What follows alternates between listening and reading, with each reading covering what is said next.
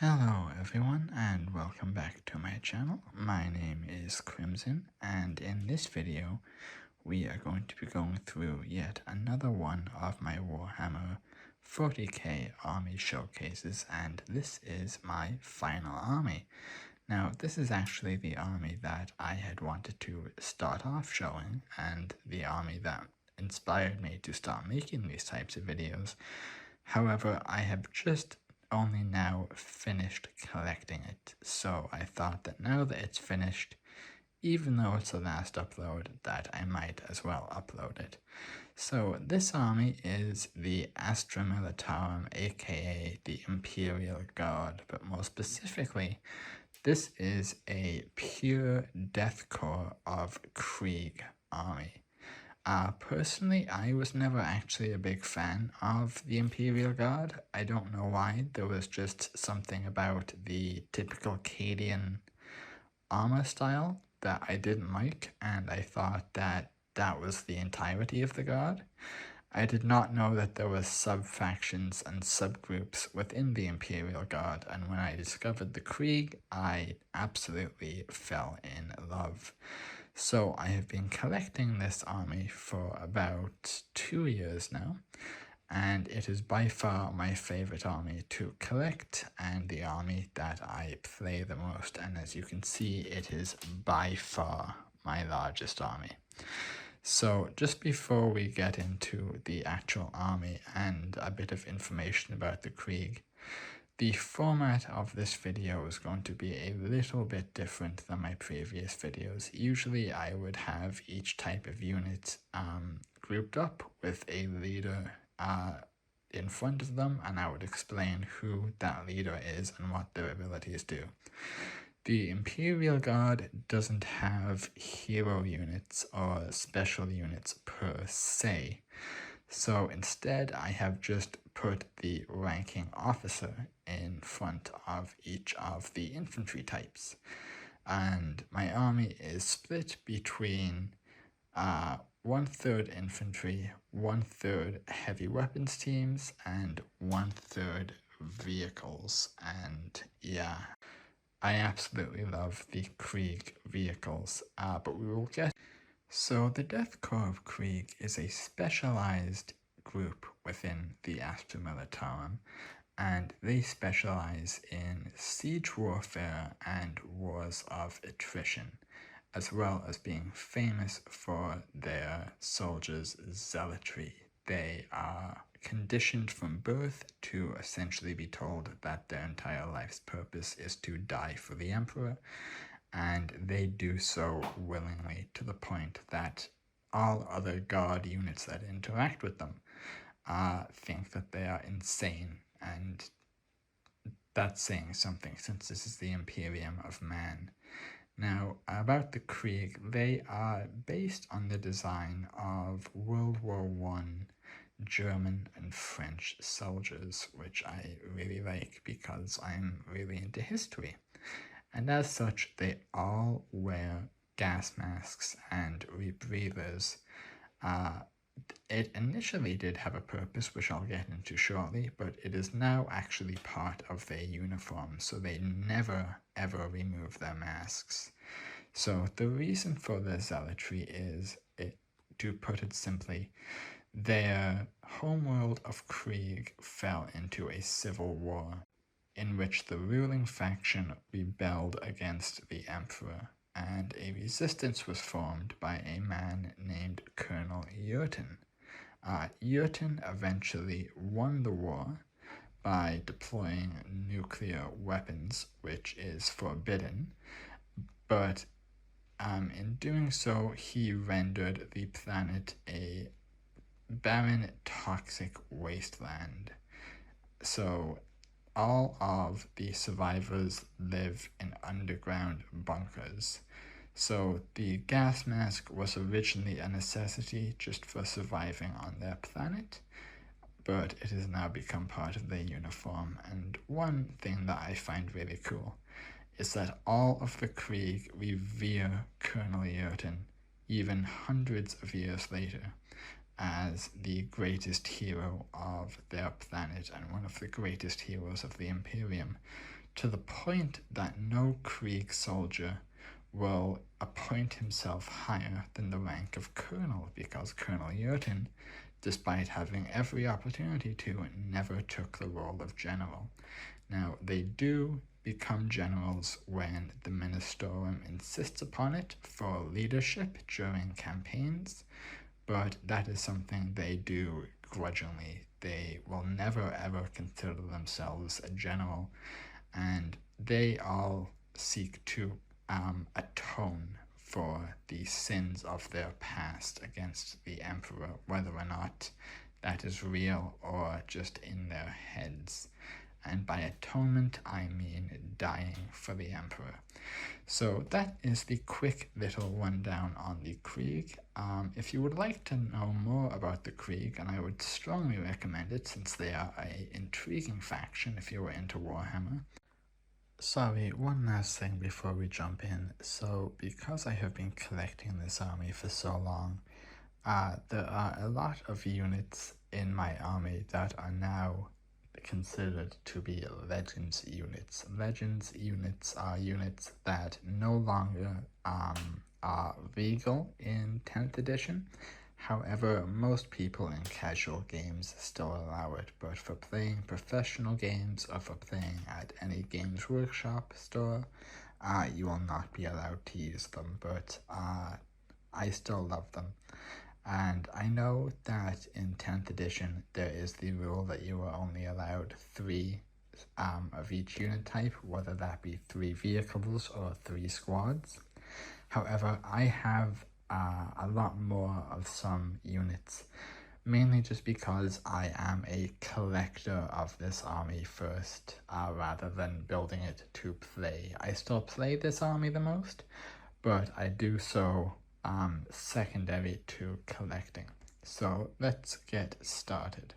So first up we have the recently released Krieg Command Squad. So the Krieg Command Squad functions as essentially the commanding officers for this army. They are able to issue orders to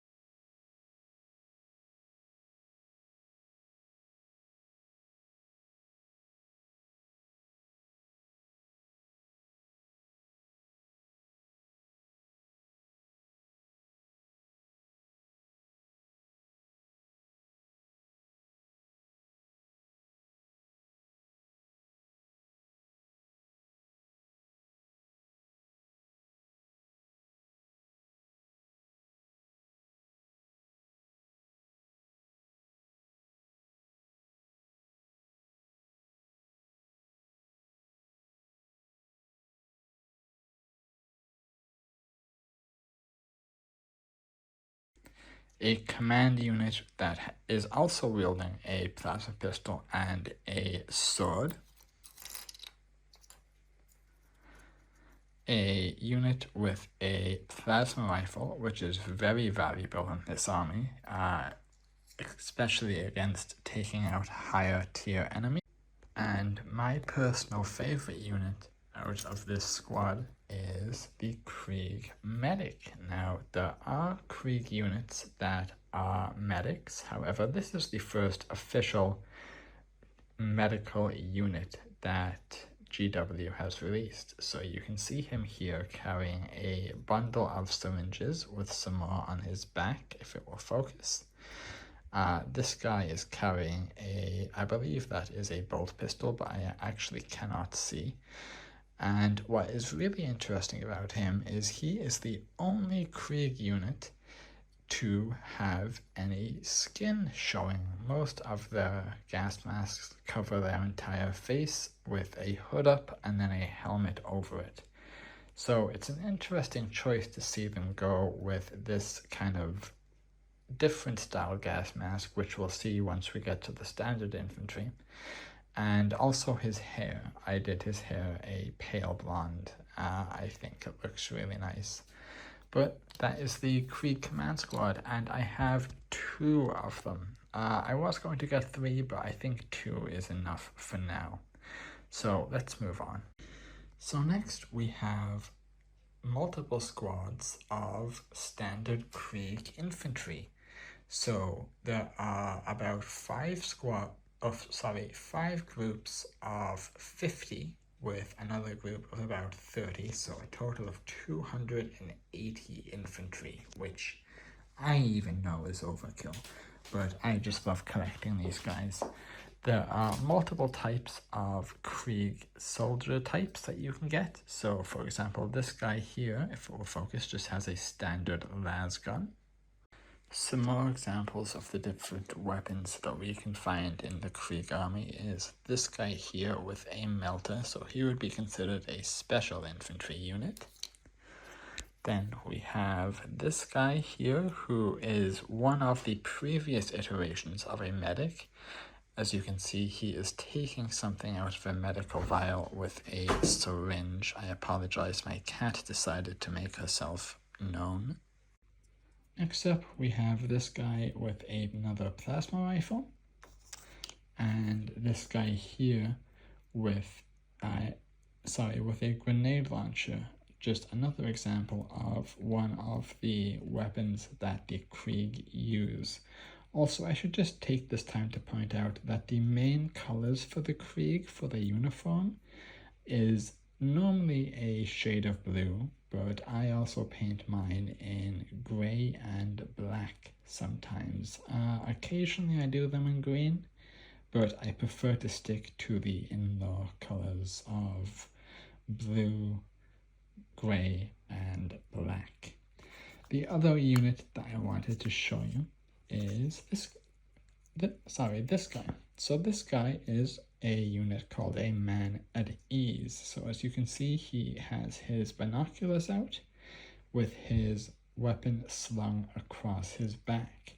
So the Krieg standard infantry is made up of several different types of models. They all serve the same purpose. The only difference is their poses and their weapons.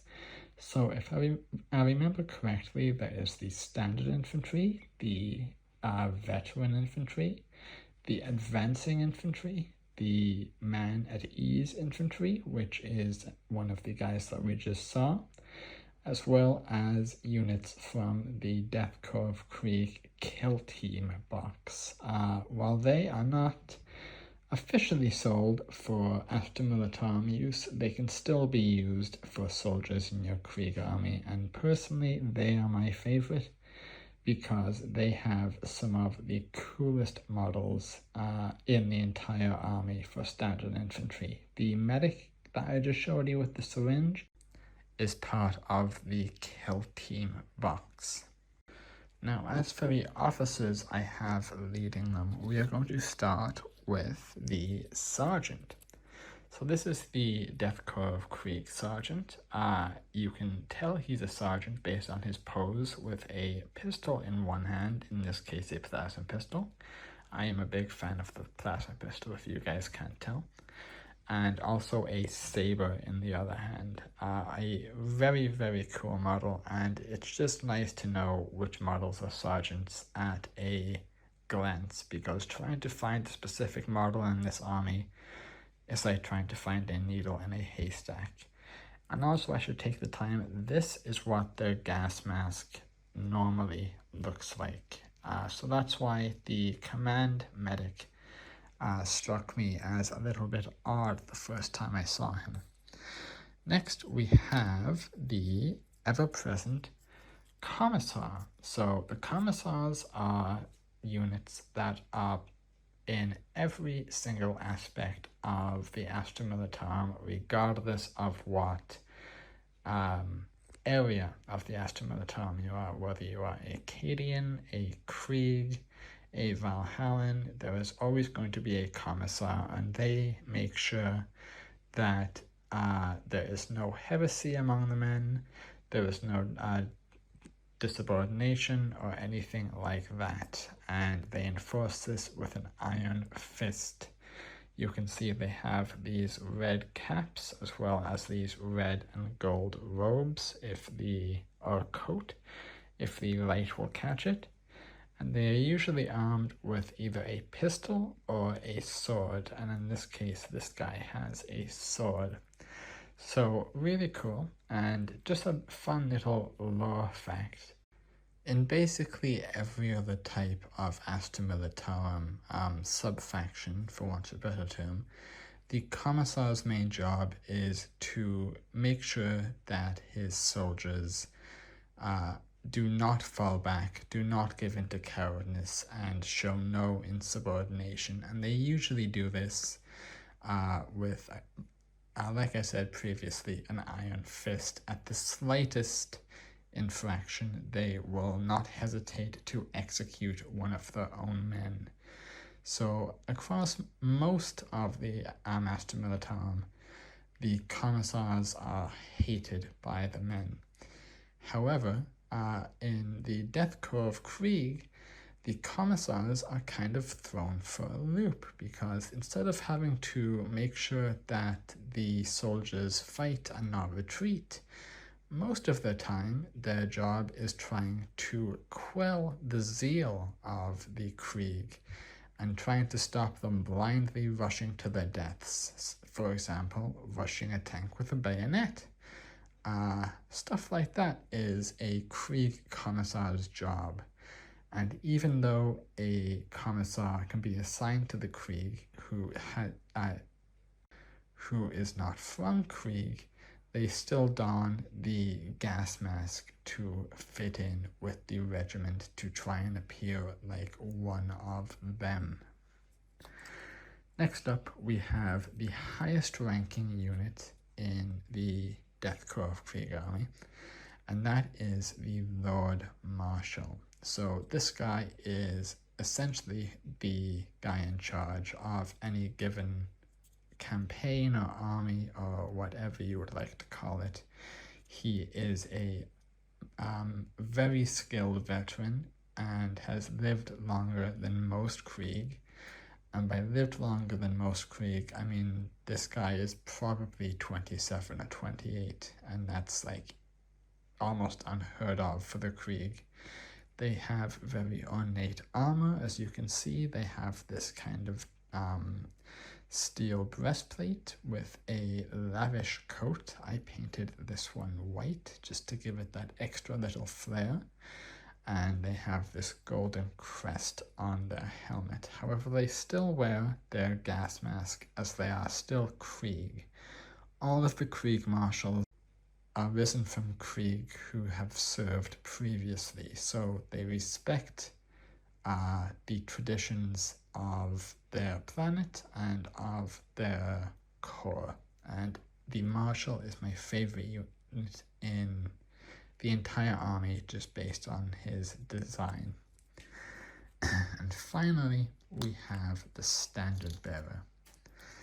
So the Standard Bearer comes with the Marshal in the Command HQ squad. I don't know why this won't focus with the light. So this is him here. As you can see, he has a pistol in one hand and is carrying the Sacred Krieg banner with the Aquila on top.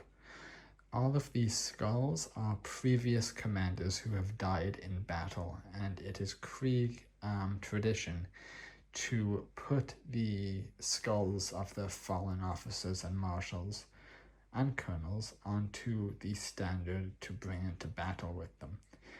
Very interesting tradition and a absolutely really cool model. The Command HQ squad was previously one of 2 command squads before the new command squad released, so unfortunately both this guy, the other members of his squad, and the Marshal are now considered legends and can no longer actually be used in competitive play, which is a shame. But let's just continue on to the next. So next up we have another group of 50 infantrymen.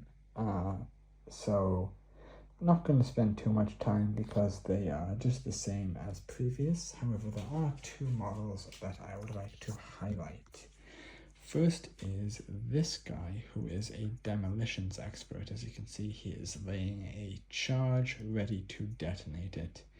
Again, this guy comes with the Kill Team set and is one of the cooler models in my opinion. The other is this guy, who is, I believe he is the Krieg Zealot. I'm not sure, I can't remember the exact name of every unit, but as you can see, he is charging forward with a grenade with his weapon slung at his back. Hopefully he's going to throw it, but more than likely he's just going to detonate it and run right into an enemy. So really cool model, and I just want to take this time to highlight. So as you can see, here is their gas mask, and they have these rebreather hoses which connect to this rebreather unit on their chest. So that is how they breathe. Another thing about the Krieg that is really good compared to other branches of the Aftermilitarum is against chemical warfare or any kind of plague warfare from any chaos gods. Since they have their own rebreather system, they are able to traverse toxic environments with ease, and even their coats are built to withstand more toxins in the air than your average guardsman's coat, say from Cadia.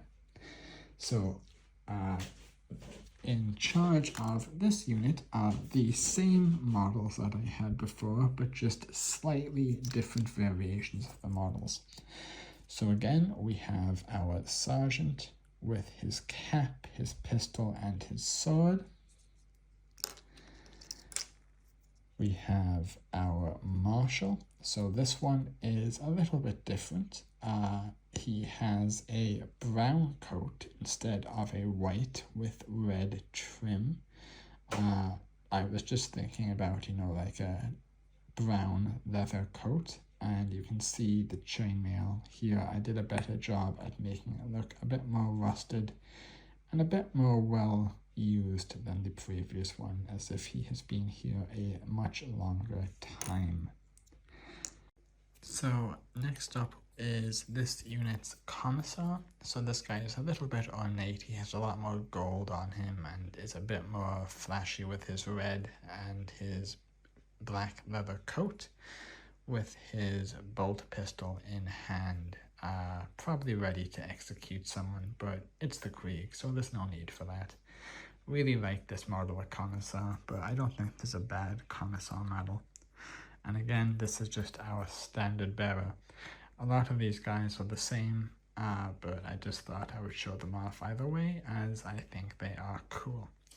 So let's move on to the next. So next we have another group of 50 infantry. So this takes us up to 150 standard infantry units. So first we have this guy with a long las. So this is the las gun sniper rifle variant.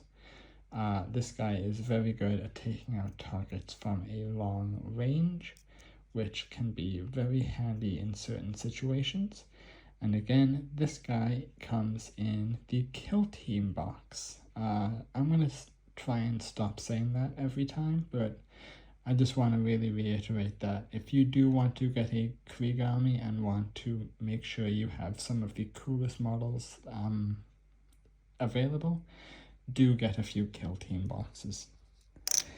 Next we have this guy. So this is another version of the medic prior to the recent Krieg command squad. So he carries a medical briefcase with him with his medical supplies, and I did up his shoulder and his helmet to reflect his medic status. So instead of the typical black or silver, I painted it white and then placed on some little cross stickers just to give him that medic look, along with this on top of his head to indicate that he is not in fact an active combatant, he is a medic, and that maybe if the Emperor smiles upon him, the enemy will not fire upon him.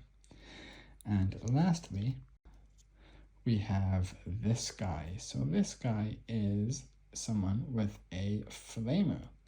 So the Krieg can have a multitude of different weapons.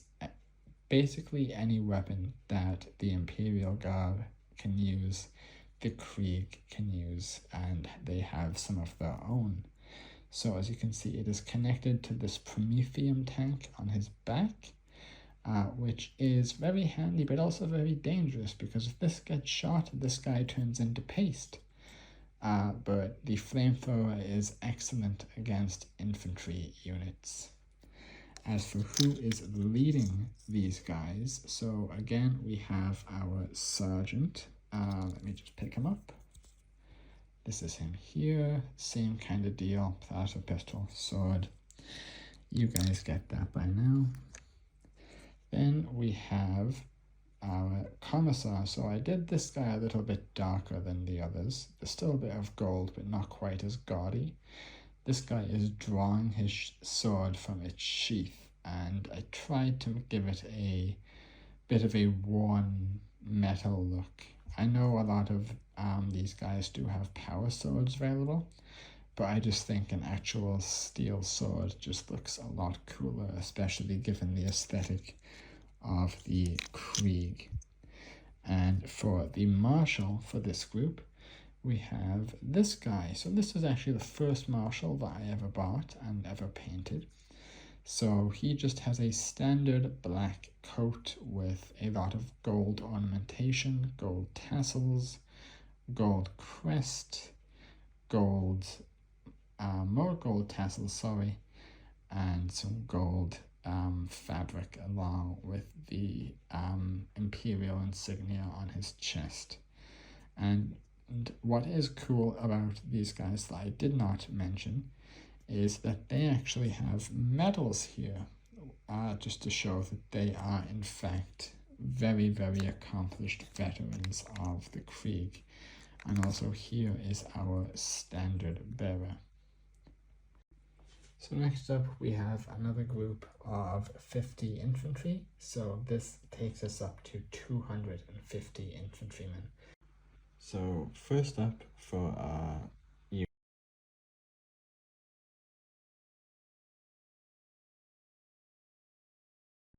So he is much more of a reliable medic on the field. There are actually models that are just medic bags that you can bring with you, and they are used to heal your team, your squad, sorry, but this guy actually has one on his base.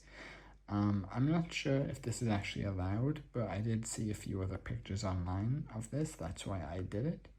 And I think it looks really, really cool, but that's just me. Anyway, for the leaders, so we have our sergeant. This guy is a little bit different, so he has a bolt pistol and a chainsword instead of your saber and plasma pistol. Then we have our Castellan. So this guy is actually not an official unit. This is a 3D printed model that I got a friend to 3D print for me. I have two of these guys with this model and one other in a different model. Now, he essentially serves the same role as a commissar, but just has a slightly different design, and I really like it. I really like the buttoned up look of him. He looks much more official and imperious in my opinion. So he has a pistol in one hand and a chainsword in the other. Very cool. I absolutely love these guys. And also these were the first 3D models that I have ever added to a Warhammer army.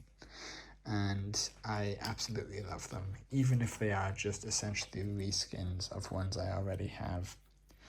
So here is the actual Commissar. So we've seen this model before, the guy drawing his sword. Here you have some bushes around his feet.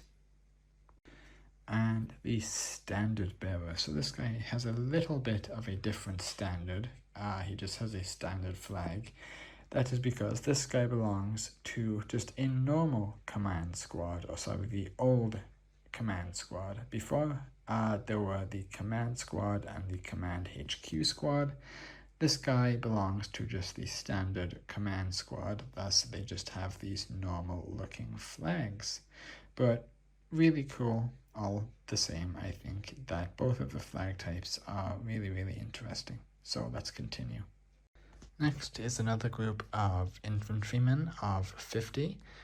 In the last part I said that we were up to 150, however I was wrong. We had covered 4 groups, so we had made it to 200 infantry, and this makes it 250.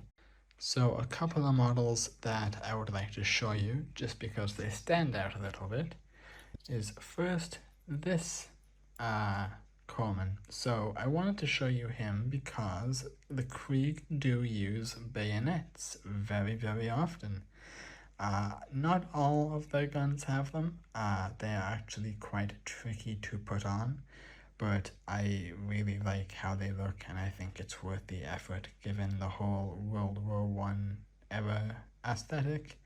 I think a bayonet just really serves, and the Krieg are known for the essentially suicidal bayonet charges into the enemy. The other one is this fella. So he is interesting because he is standing right next to a massive missile. Let me see if I can get a shot of it. There we go. Or maybe it's a pylon, I'm not sure. I just think this is really, really cool. I did not buy this base. I got it on Etsy, and I just think it is super cool having the Corpsman next to something that maybe he's trying to defend or using as cover. And speaking of bases, in all of my previous videos I had said that I have painted all of the units myself, however I have not made the bases. But for the Krieg I actually have made quite a few bases for them, in fact. So I'm quite proud of that, and I will point them out if one pops up. So as for the leadership of this group, we will start with the Marshal. So this guy has a navy blue coat with a little bit more decorative chest piece with some kind of gold line work, a golden helm, and a pale gray gas mask. Really cool. It's also hard to see, but he does have a saber on his hip, so as do all of the marshals. Next up we have the Commissar. This guy I did very, very kind of grimdark look, all black with just a little bit of red, and a plain power sword. I apologize, I don't know why my voice is so raspy, but yeah, he's just pointing it up in the air. Really cool. I really like this model. And next we have our standard bearer. This one is a little bit different just because I painted the banner the same color as the Marshal's coat just to make it stand out. While the others are all red in the Krieg tradition, I decided to make this one a kind of dark gray, which I think looks really, really well, especially with the color scheme of this unit. But let us continue. So next we have our final group of standard infantry, but this time we only have 36, so that clocks us in at 286 standard infantry corpsmen, which is quite a lot, even for a guard army. But for a couple of models I would like to show you guys, first off is this fellow. So this is a custom job that I did myself with a little bit of kit bashing. I don't believe you can actually get this model officially, but this is him holding an anti-tank mine. Presumably either going to place it down or attach it directly to a tank. Either one is quite possible for the Krieg. I just absolutely love this model. I like the really unique models, especially in an army. They can be as monotonous as this. Next we have just another medic, but this one shows a little bit more detail of the syringe being filled with liquid, as well as the white medical display on his wrist. And also here is the medical bag that I had been talking about. So this is something that you can bring with you. If you don't actually have a medic, you can just bring this and it will act as a kind of temporary medical heal for a short period of time, but it is not unlimited. For leadership, however, we are now out of marshals. So leading this group is our next Castellan. So this is him here. As you can see, he has a power blade in one hand and a bolt pistol in the other. Basically the exact same mold as the other one.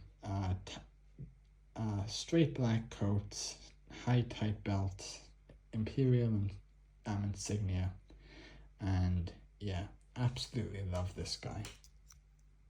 So next up for our first new unit type is the Combat Engineers.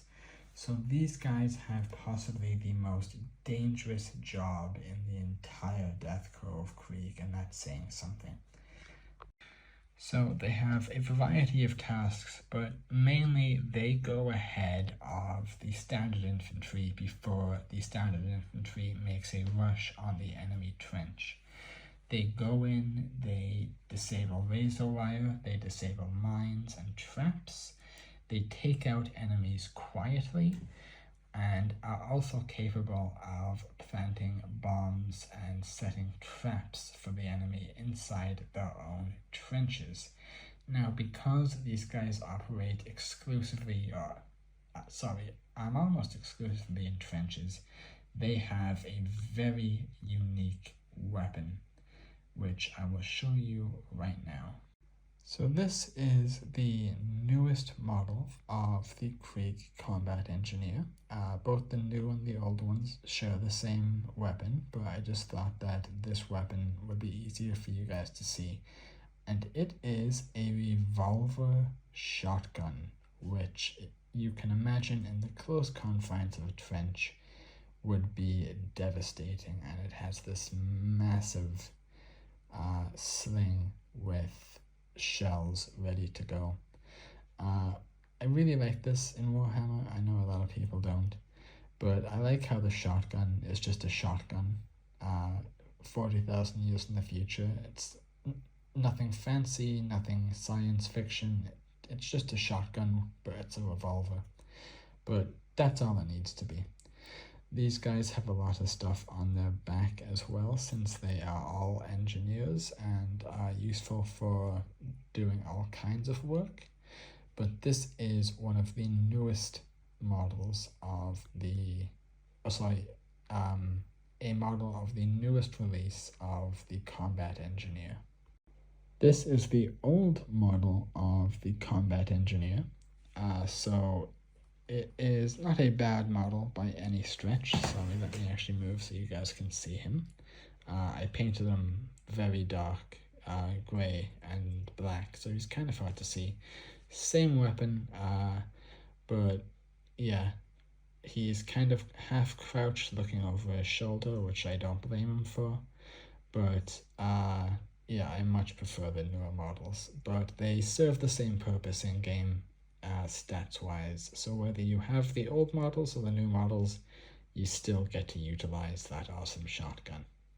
I just wanted to showcase the other models in the new Krieg combat engineer kit, mainly what's on their back. So this guy has a bunch of spare slugs and what appears to be either charges or mortars to launch.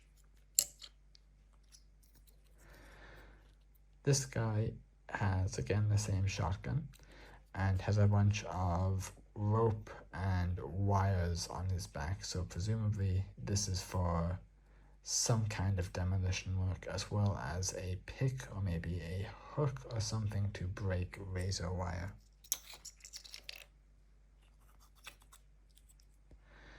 Next is this guy. This guy's a little bit different as he has a flamer instead of a shotgun. That's just a personal preference. I just wanted something that is slightly different for at least a few of my models. And on his back he has a bunch of reels and a crowbar and stuff. So yeah, he is very, very good. And again, the flamethrower is as effective, if not more so, at clearing out infantry from trenches as the shotgun is. Next is this guy, who is a remote control drone operator, and as you can see, he is carrying those same charges on his back, but he does not have a weapon. Instead, he is remote controlling something, but we will get to that in a second.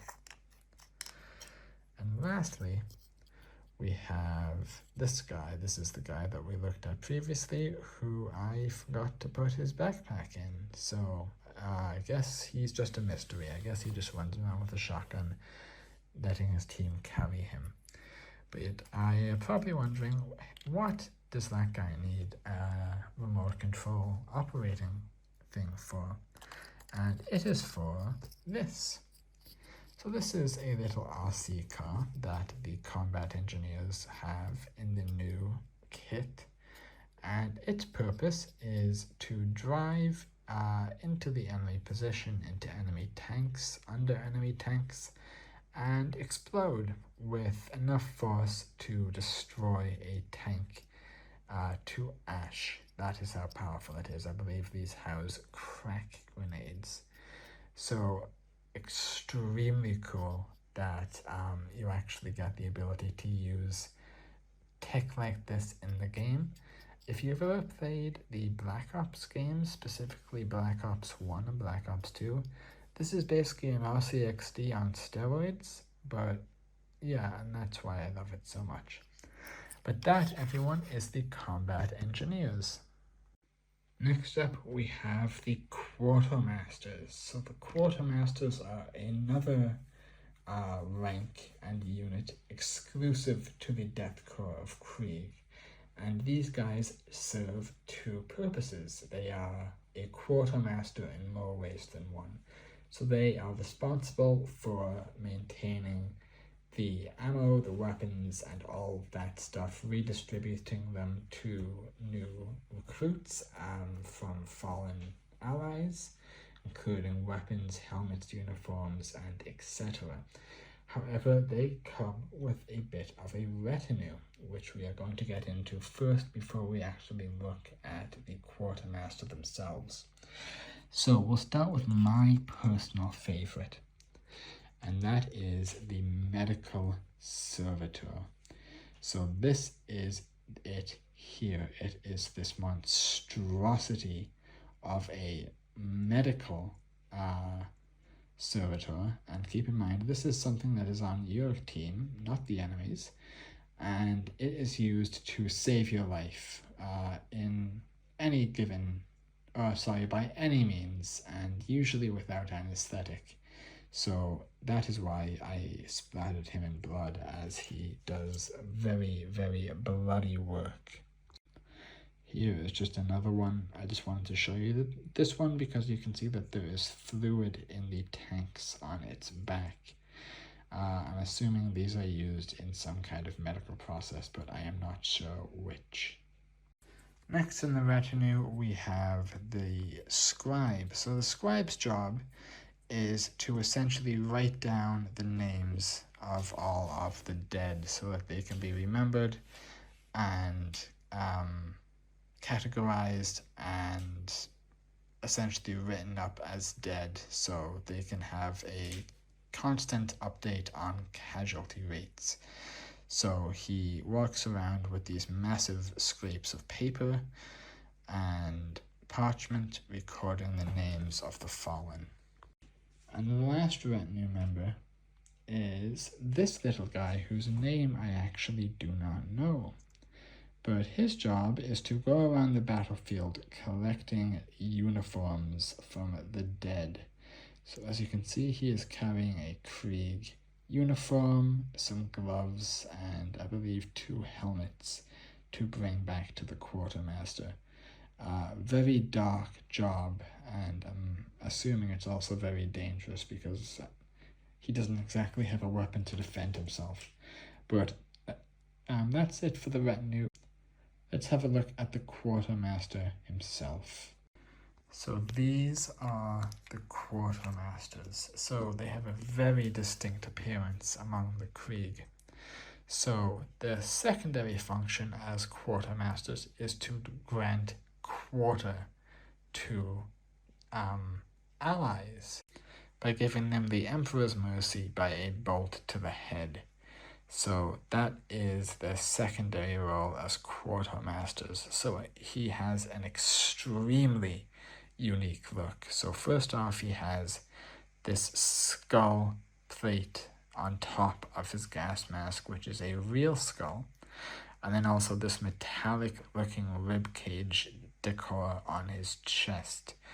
I really like the quartermaster, and the quartermaster is another unit that has become a Legends model, so he can no longer be used, but you can proxy him for something like a commissar or something. But personally, I love this model so much. It's my second favorite to the Marshal, and I believe that this model in particular is actually kind of rare. I've heard that there was 2 rare Krieg models, one of them being a commissar and one of them being a Death Rider. And I think this is the rare quartermaster model. And luckily I happen to have 2 of them, but the other quartermaster model is this one. So this guy is reaching in for his pistol. You can see that I did his mask a little bit more bone tinted rather than white, just to give it that kind of more authentic human skull look. And also with his rib cage, I did a tiny bit more white rather than metallic. But yeah, that's it for the quartermasters. And the retinues, I have 2 more, but they are just more of the same of what we have already seen. So our next group that we are going to be looking at is the Death Korps of Krieg Grenadiers. So the Grenadiers are the special forces of the Death Korps of Krieg. Every subunit of the Astra Militarum has its own special forces unit. Some of them are augmented, some of them are not. The Grenadiers are not augmented, but they are beyond lethal and have proven themselves time and time again in battle. So they are given the right to become Grenadiers, which is an extremely high honor. And it has one of, if not the smallest chances of survival in the entire army, but they do it gladly. And the armor is truly something to behold. So instead of your standard lasgun, the Krieg Grenadier sports a version of the lasgun called the Hellgun, which is a supercharged version of the lasgun. this makes the las gun look almost obsolete. It is so much more powerful.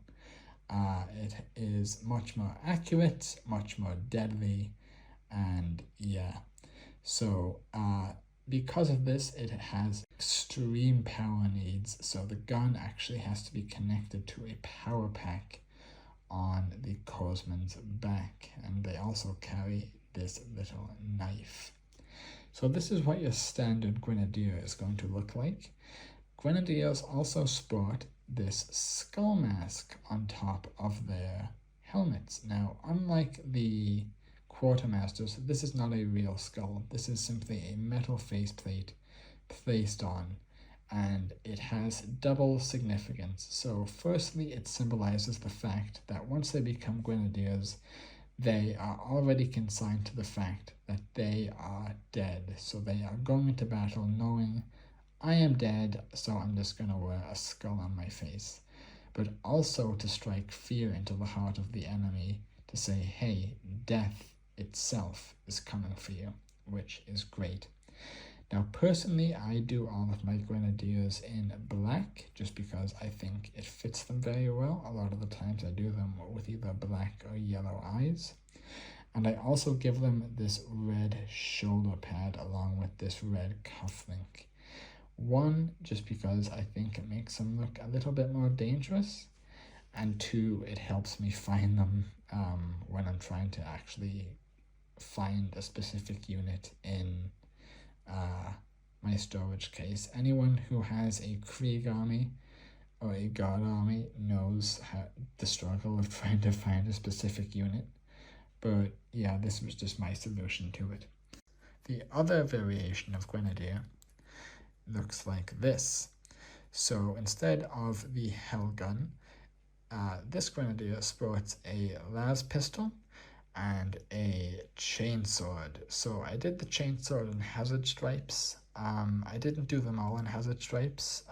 I just thought it would be cool just to do one to kind of almost make this guy look like a captain or something. Again, you can see the same faceplate, and you can see a little bit of the yellow eyes that I did on him. Not too much, but just enough. I wanted the eyes to be yellow to make it look like, you know, he's a predator. And same thing, red on the shoulder pads, red on the cufflinks. I think these guys are really cool and my absolute favorite unit. So for the Grenadiers, I have 45 of them in total. And I forgot to say, with the combat engineers over there, I have 50 of them.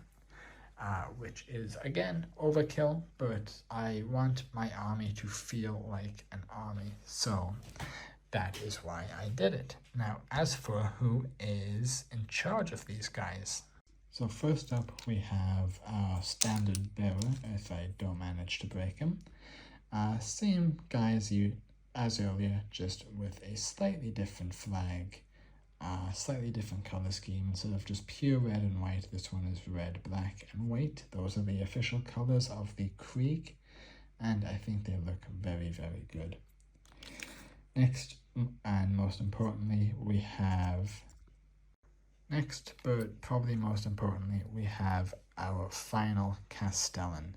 Now, the other two that I said were Castellans were technically actually just different molds of a commissar that can be used as a Castellan, whereas this guy is a Castellan.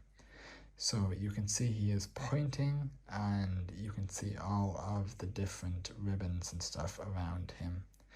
He is pointing away, trying to obviously say, you know, get a move on. He has the same kind of tightly buttoned black coat with the Imperial insignia. But most interesting of all is his massive power fist, as well as his sidearm. So this guy is not to be taken lightly. And then also we just have three and then lastly, we just have 3 command squad members. So we have this guy with a las rifle, this guy with a just standard pistol. And then finally we have this guy with a kind of sawed-off las rifle. That's code for I broke it and I don't know where it is. You can tell that a unit is a command squad member based on their chest. If they have this metal breastplate with either a symbol or a red stripe or both, they are a command squad unit. So yeah, that is it for that. Let's move on to the next. Now just one thing I want to say before we continue. So this army is a Krieg army, and when I play, I do try my best to play with only Krieg units. However, I do have some various Astra Militarum units that are not part of the Krieg army, which I have converted into Krieg units by either head swap or kit bash, and one of them being Ursula Creed. So Ursula Creed is a unit that can be added to any Astra Militarum army, and she provides various buffs to your army for people who are in range if you use her. I personally like her quite a lot. She is not my favorite out of these types of characters, but she is not bad either. She is very, very good. So I have painted her up the best I can to make her look more like a Krieg person. I swapped her head with a Krieg mask, and I think that turned out pretty well. And yeah, that's it. I just wanted to point that out. So while I do only, or try to only use Krieg units, I do have some non-Krieg units, and I have some more, but we will get to those when we get to those. Another example of this is my Krieg priest, who I made just by swapping the heads off the priest with a Krieg helmet. Gives the same buffs and benefits of having a priest, but makes it look more succinct with your army. So for what I believe to be our last infantry type, we have our Death Riders, 30 strong, led by Lord Marshal Dreer himself. So let's start with Lord Marshal Dreer. So Dreer is an exceptional battle commander, known for his skill in combat and mounted cavalry combat alike.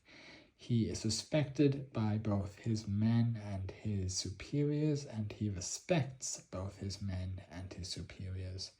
He has his trustworthy and favorite horse. Also, fun fact, his horse's name is ES819. So apart from being a great unit and possibly one of my best paint jobs that I've ever done in my entire life, Dreer is an amazing unit to have for leading an army, any army in the Astra Militarum, but he excels at leading the Death Riders.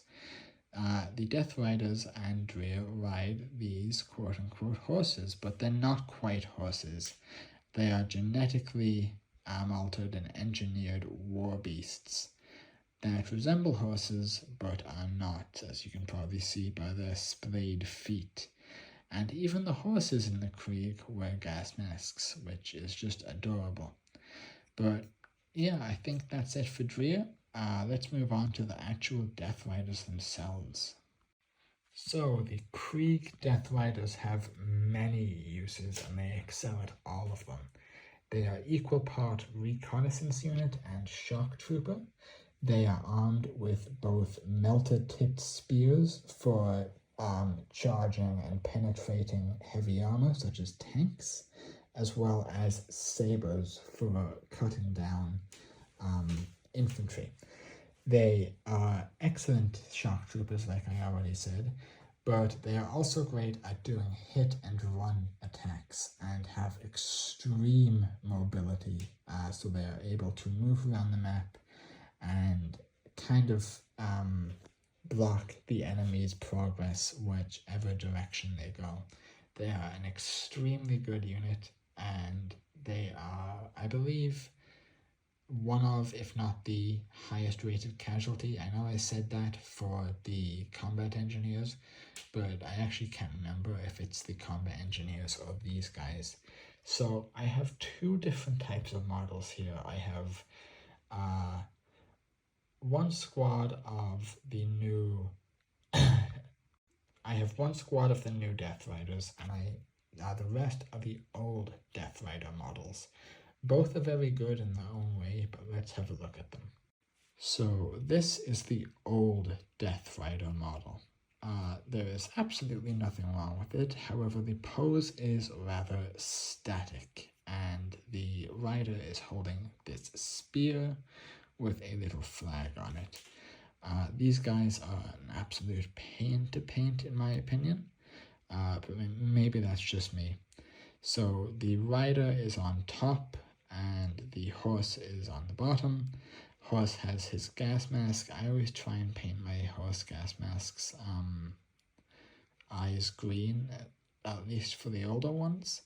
And I always try and make them all slightly different colors. So some will be white, some will be black, some will be brown, some will be a bit of both.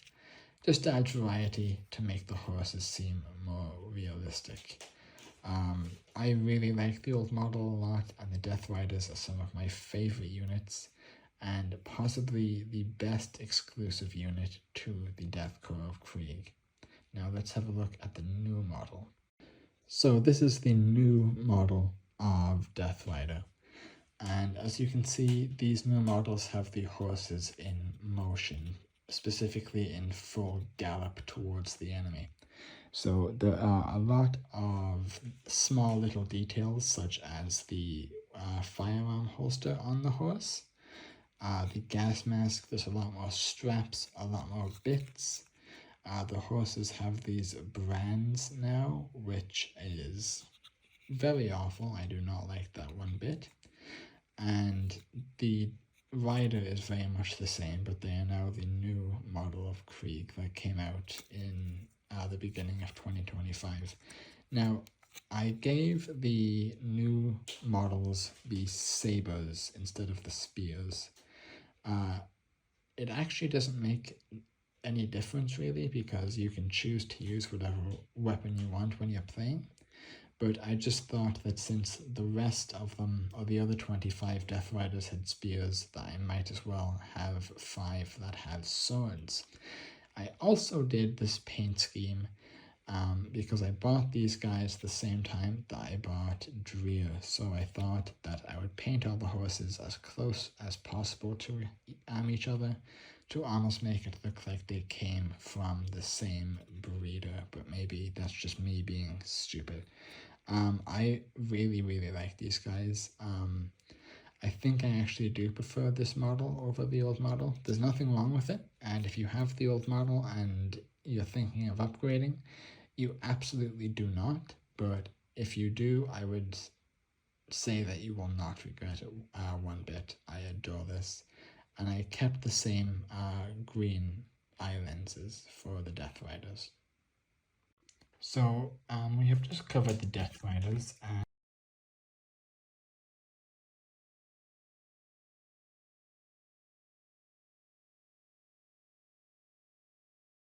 Riders. So let me just pick up this one. So Rough Riders, like I previously mentioned, are not a Krieg unit. They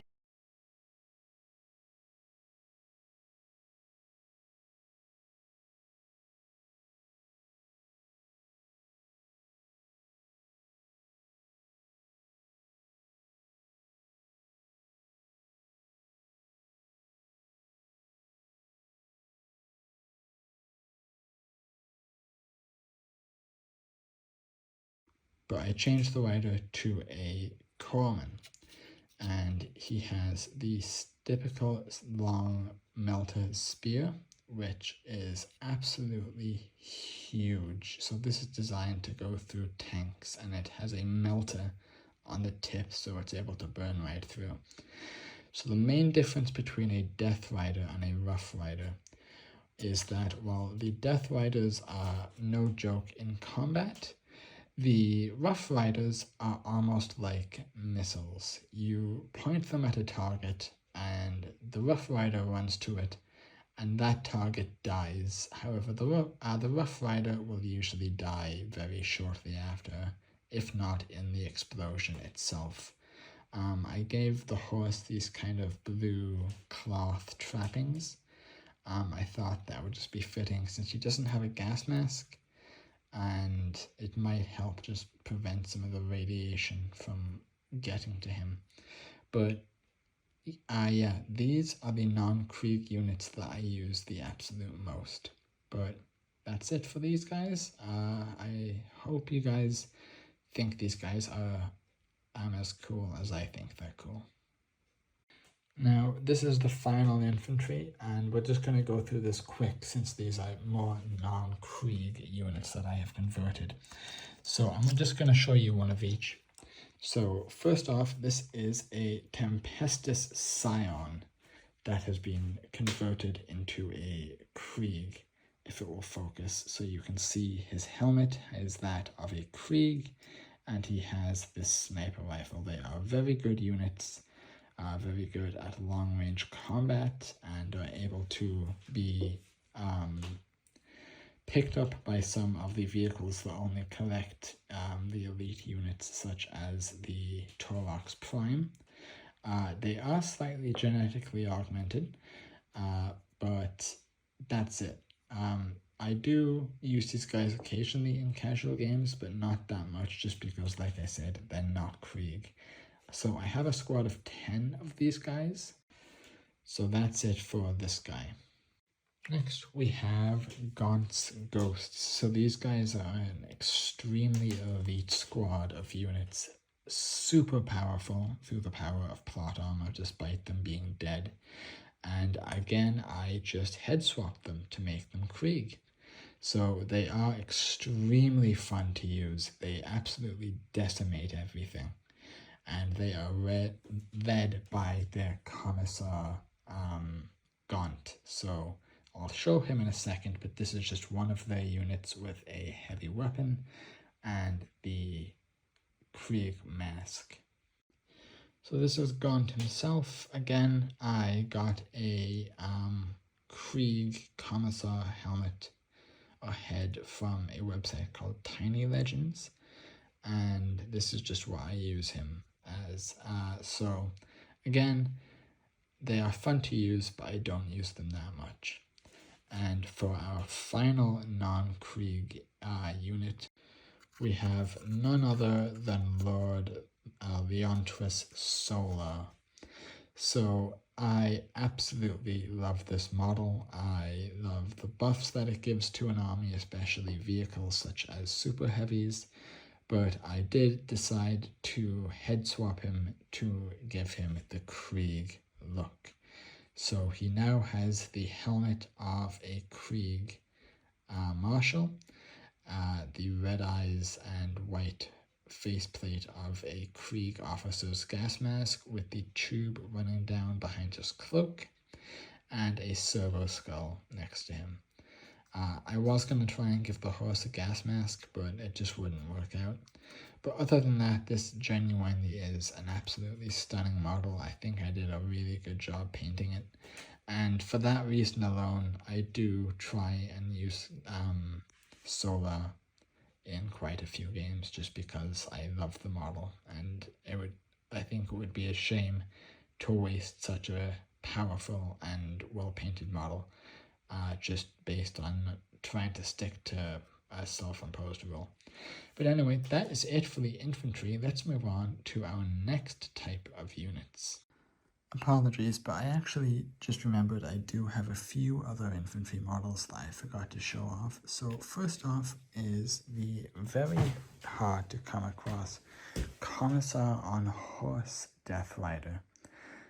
So this one, I believe, was a limited edition. and I managed to pick up a non-painted model on eBay. So I just thought that this would be something cool to have in the collection, which is just a commissar on horse. I'm not sure if he actually does anything special, as in like giving orders or anything, or if it's just an interesting model to have, but still quite cool. So next I have just another Castellan. I just painted him in a plain black coat with his pistol, bolt pistol. I gave him some glowing green eyes with his gas mask just to make him stand out since he's all black. I try to use him as a Castellan when I can, but if not, I just use him as a proxy for a commissar. Apart from the pistol, he also has a power fist, which is quite cool. And next we have my Vindicator Assassin, Kit Bash. So not much to say about him. I won't be spending too much time on him. But since I use him exclusively with my Krieg army, I swapped his head for just a standard Krieg helmet. I think it turned out okay, but yeah, I just thought it would be more fitting for them all to have Krieg helmets. But the most important ones are these three. So these are some 3D printed Krieg Ogren. So these guys act as bodyguards for more important units such as Dreer or any high-ranking or any elite or high-ranking unit. He comes with a shield and this massive baton which he uses just to lay into people. I really like him. I think the paint job turned out well, especially for an Ogren. Now, normally the Krieg would kill an Ogren on sight, so I don't use him that much, but I just thought it would be fun to have, if not for anything else other than a painting project. But yeah, that is my Ogren, and I just have two more of the same model in slightly different poses. So yeah, that is it for infantry. Let's move on to the next category. So next up we have the new Krieg Heavy Weapons Squad. So this is a pack of 3 heavy weapons turrets with individually replaceable weapons that you can swap in and out of. I believe you can have the heavy flamethrower, the heavy bolter, the heavy las cannon, and I can't remember the other one. However, as you guys will see, I already have a lot of those heavy weapon team versions, so I opted for the flamer instead, and also just because I think the flamer is cool. So this is the paint job that I did. I tried to make it look a little bit more rustic compared to the others. As you can see, there's a lot of grime and dirt on it, which makes sense with the flames coming out, you know, it would look scorched. And then here are the other 2. They are the exact same. And this is the fire coordinator. So this is the unit that is in charge of essentially correcting the fire and making sure that the turrets aim on target. And also guarding them, and I'm only including this because I completely forgot about her when I was doing the infantry section, is this commissar. Now this commissar might look a little bit different, and that is because this is yet another 3D printed model. So this is a female commissar. I thought it would be cool to have some women in my army, just to kind of give a little bit of diversity and make it look like that this is, you know, a full-on army, not just a bunch of like all men, rah, rah, rah, that, since there's women serving in the Krieg, it makes perfectly sense that there would be a woman serving as the Krieg's commissar. But this is her here. I bought her mold unpainted off of Etsy, and she is absolutely stunning to look at. She is one of my all-time favorite models, and I just like the way she carries her gun on her back. But let us continue. So next we have the mole launcher squads. So the mole launcher squads are pairs of 2, and each of them have one guy with a mole launcher and the other guy operating some kind of computer on his back, probably a targeting reticule. What is dangerous about the mole launchers is they are able to burrow into things. So they are easily able to burrow through bunkers and cover and stuff to emerge on the other side and instantly explode. So this is just one of the examples here. So you can see that this is the guy with the mole launcher. Looks very similar to a modern day grenade launcher. And then here's the second guy on his back looking at these screens, trying to figure out where to fire next. There are 2 more of them here, slightly different colorations. That first one was my first attempt at doing a mole launcher. This was my second. So you can see this one is a lot more detailed and a lot more colorful and vibrant. And same with this one. I really like it. And I forgot to mention that the guy at the back carries spare rockets for the mole launcher guy to fire. Now, I just want to show you guys this because it is funny. I had a mole launcher that I had broke, and I could not find replacement anywhere. So I managed to find a modern day revolving grenade launcher miniature, and it actually fit perfectly. So this is now what I use as one of my mole launchers if it comes down to it. But I just think that's funny that, using a modern day weapon in 40K is hilarious. But let's move on.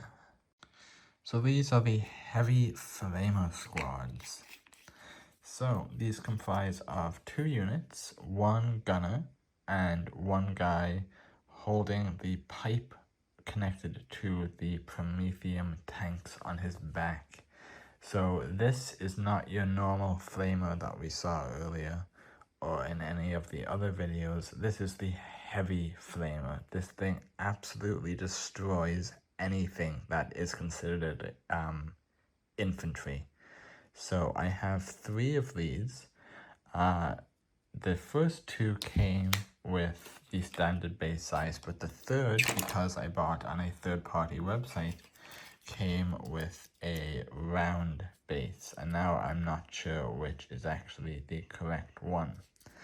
Now, I added some fire effects for it coming out, and the way, actually that's a bad example of one, where's a better one? Here. The way I did this was I just got a bunch of, I got 1 Kleenex or tissue. I tore a little bit off, rolled it up really tight, and then I painted it red and orange with a little bit of yellow thrown in. But I just think it makes this look so much cooler to actually see the flames coming out of it. And the way I have it so that it's so rigid despite being Kleenex is because I just used a bunch of super glue to essentially fossilize it, which is really good, and I've gotten many compliments on this. It's one thing about the hobby is just because you have an idea doesn't mean you have to spend a small fortune on it. You just have to come up with something smart. So I believe that is it for this section, so let us move on to the next. So next up we have Sentinels. So Sentinels are bipedal mechs piloted by the Imperial Guard, and they are extremely fast and extremely hard hitting. Both in melee and in range. So a lot of Sentinels do hit and run attacks. I personally was never that big a fan of the Sentinels, or at least the Scout Sentinel anyway. But then I was looking into some units and I discovered that, hey, I actually do really like them. So as you can see here is the base here. There is a dying corpsman underneath his foot. You can see there are some stickers from the transfer sheet on the Sentinel. There are the coils at the back, and this model happens to have a flamethrower and a chain sword. So there's two different types of Sentinels, Scout and Armored. This is a Scout, so this one is much weaker and has to rely a lot more on run and gun tactics. So for the second Scout Sentinel, we have this guy. So the first thing you'll probably notice is that the build is exactly the same. It's the exact same model, just in a slightly different pose. One of his legs is a little bit wonky because I ended up dropping it at some point. But he does not have a chainsword on him, so that means he has no melee capability, this one. Which is normal. Some models, you can choose not to have a melee weapon. You can choose not to have a melee weapon equipped, which is fine, and that's what I did in this case, but the paint job is basically identical. You have some of the wires leading down to the servos and the legs. You have some of the transfer markings, like the number 9 there. But for the weapon, we have the autocannon, which is insane. So this thing is my little tank hunter. Despite it being quite weak compared to tanks and compared to its armored cousins, it being as fast as a Scout Sentinel with an autocannon means that this thing can move at extreme speeds and essentially destroy any tank that gets within range with its autocannon. I absolutely love this guy. He has the same kind of generators on his back, and I actually have this on a magnet. Next, we have our armored Sentinels. So these guys are the real deal. These are heavily armored units specialized for things like anti-tank, anti-vehicle, anti-elite infantry missions. So as you can see, the hull is a lot thicker, there are fewer gaps and stuff like that. This particular model is equipped with a las gun as well as a little grenade launcher. So pretty sure he is going to be safe. The next Sentinel is this guy. So same thing, exact same model. As you can see, there are some decal stickers on it from the transfer sheet. This one, however, has a heavy plasma cannon and a grenade launcher. So it's just nice to have different options for your Sentinels so that they don't all come out having the exact same weapon. Next, we have our third and final Sentinel, another armored Sentinel. So you can see there are transfer stickers everywhere, and there is a las cannon and a chainsword. So that is really good. The chainsword is very underrated, especially in people usually think that the Sentinels are a ranged unit, and for the most part they are.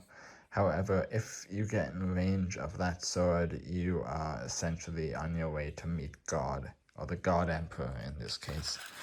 Really cool units, and I absolutely love them. I'm not a big fan of the Scout Sentinel, to be honest.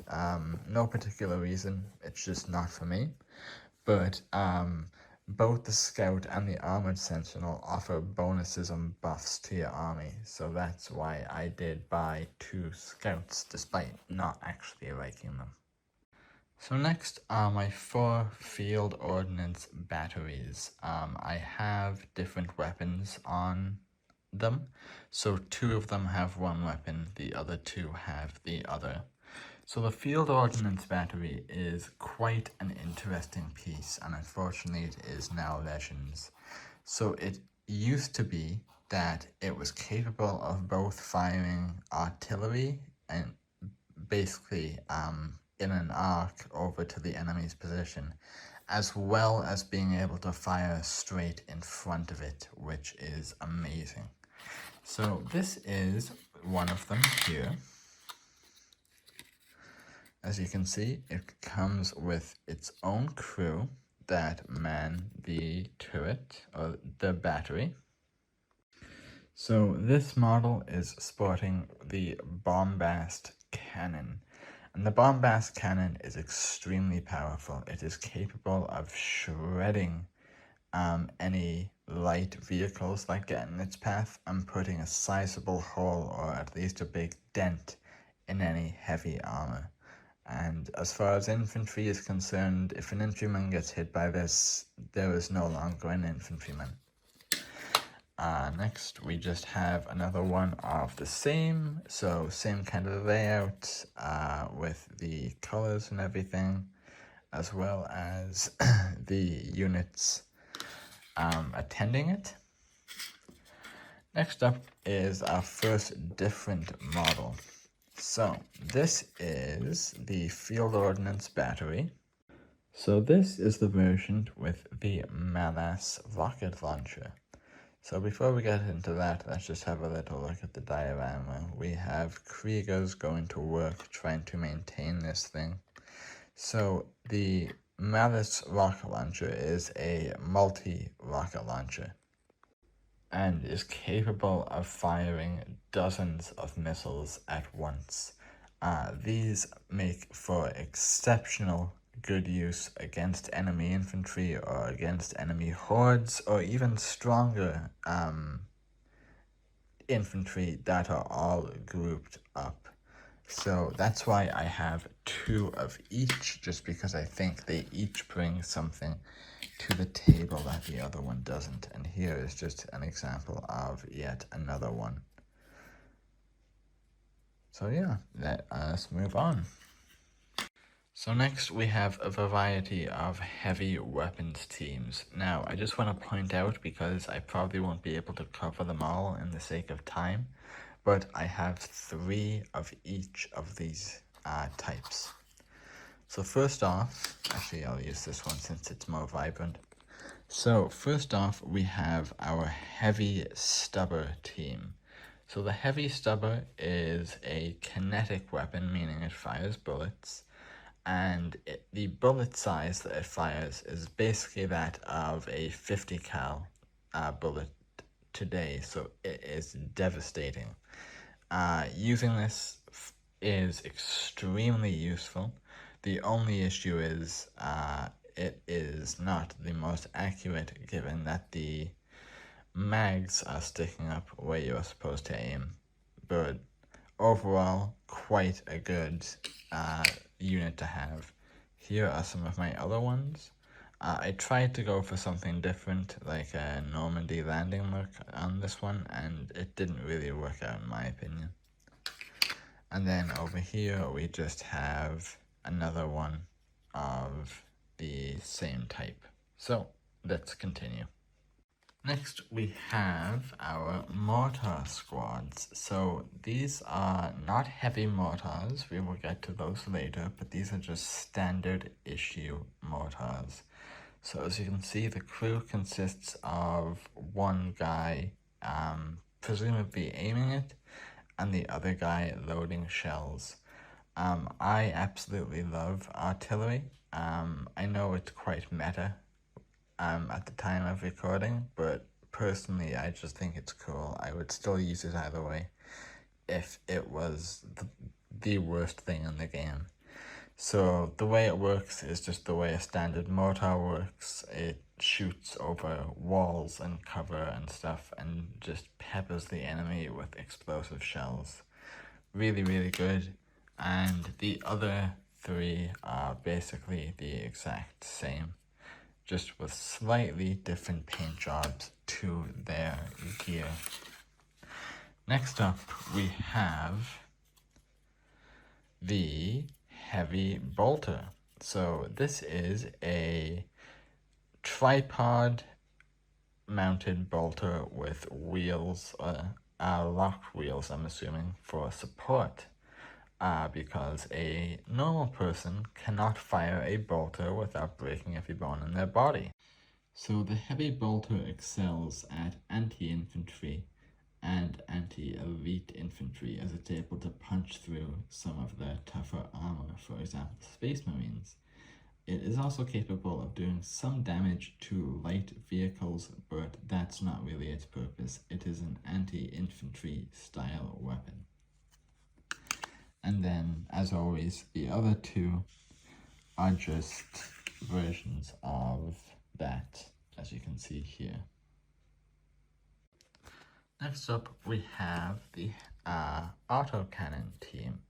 So the autocannon is a weapon that specializes in anti-vehicle, so anti-standard armor, so stuff like a Leman Russ, for example, as well as anti-infantry. It fires these extremely powerful shells, which puts even the heavy bolter to shame.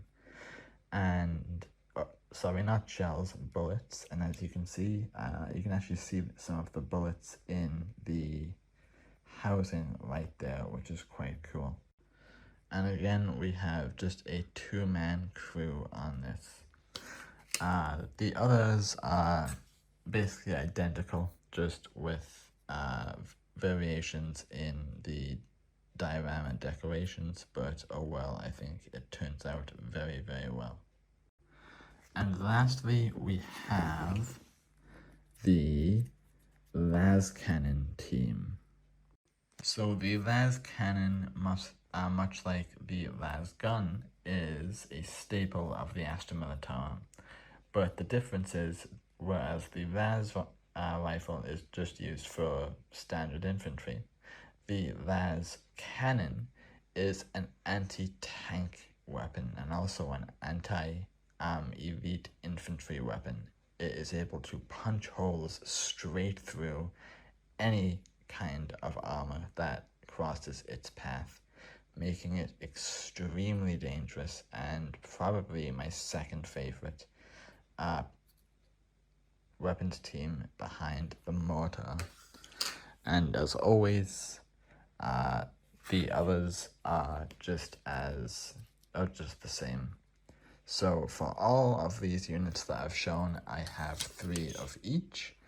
That was not intentional. I actually did not know about the rule of 3 before I started collecting. But yeah, I'm glad to have 3 of each just for options. So those were the standard weapons teams. Now we are on to some of the heavier weapons and their teams. So we're going to start off with the quad launcher. So the quad launcher, like its name suggests, has a quad barrel which fires multiple rockets in extreme succession as kind of a type of artillery piece. It is extremely good at multiple things, such as laying down suppressive fire, and dealing with light infantry if they are grouped together. If they are grouped together and this thing hits, it is absolutely devastating. Now these bases are obviously a lot bigger than the previous ones that we looked at, but still, I really like it, and same goes for the others. They are all the same. And similar to the previous teams, I have 3 of each of these. Next, we have the heavy mortar. So we've already covered the standard mortar. This is the heavy mortar. So it serves the same purpose as the mortar does, except it is far and away much stronger. It is good against standard infantry, elite infantry, and any kind of armor save for maybe super heavies or something. It is such a cool unit. It is again one of these that have gone to Legends, which is quite sad because it is really, really nice and one of my personal favorite heavy weapon teams. And then here is just another example of it here. And you can see the diorama that I've gone is just kind of 2 crew members per base. So next up we have the Medusa cannon. So the Medusa cannon is a type of artillery piece that is on wheels. So it has these wheels here so it can be moved, but it also has these in the back to give it support when it's firing for its kickback. So the Medusa is an extremely strong artillery piece capable of doing damage to basically any kind of unit, but what it excels at most is destroying enemy fortifications, such as walls or strongholds, which makes it quite useful. However, I only have 1 of these, and personally, I think that's all I need given what's about to come up. But as you can see, there's some more missiles on the top of it. And yeah, that is the Medusa cannon.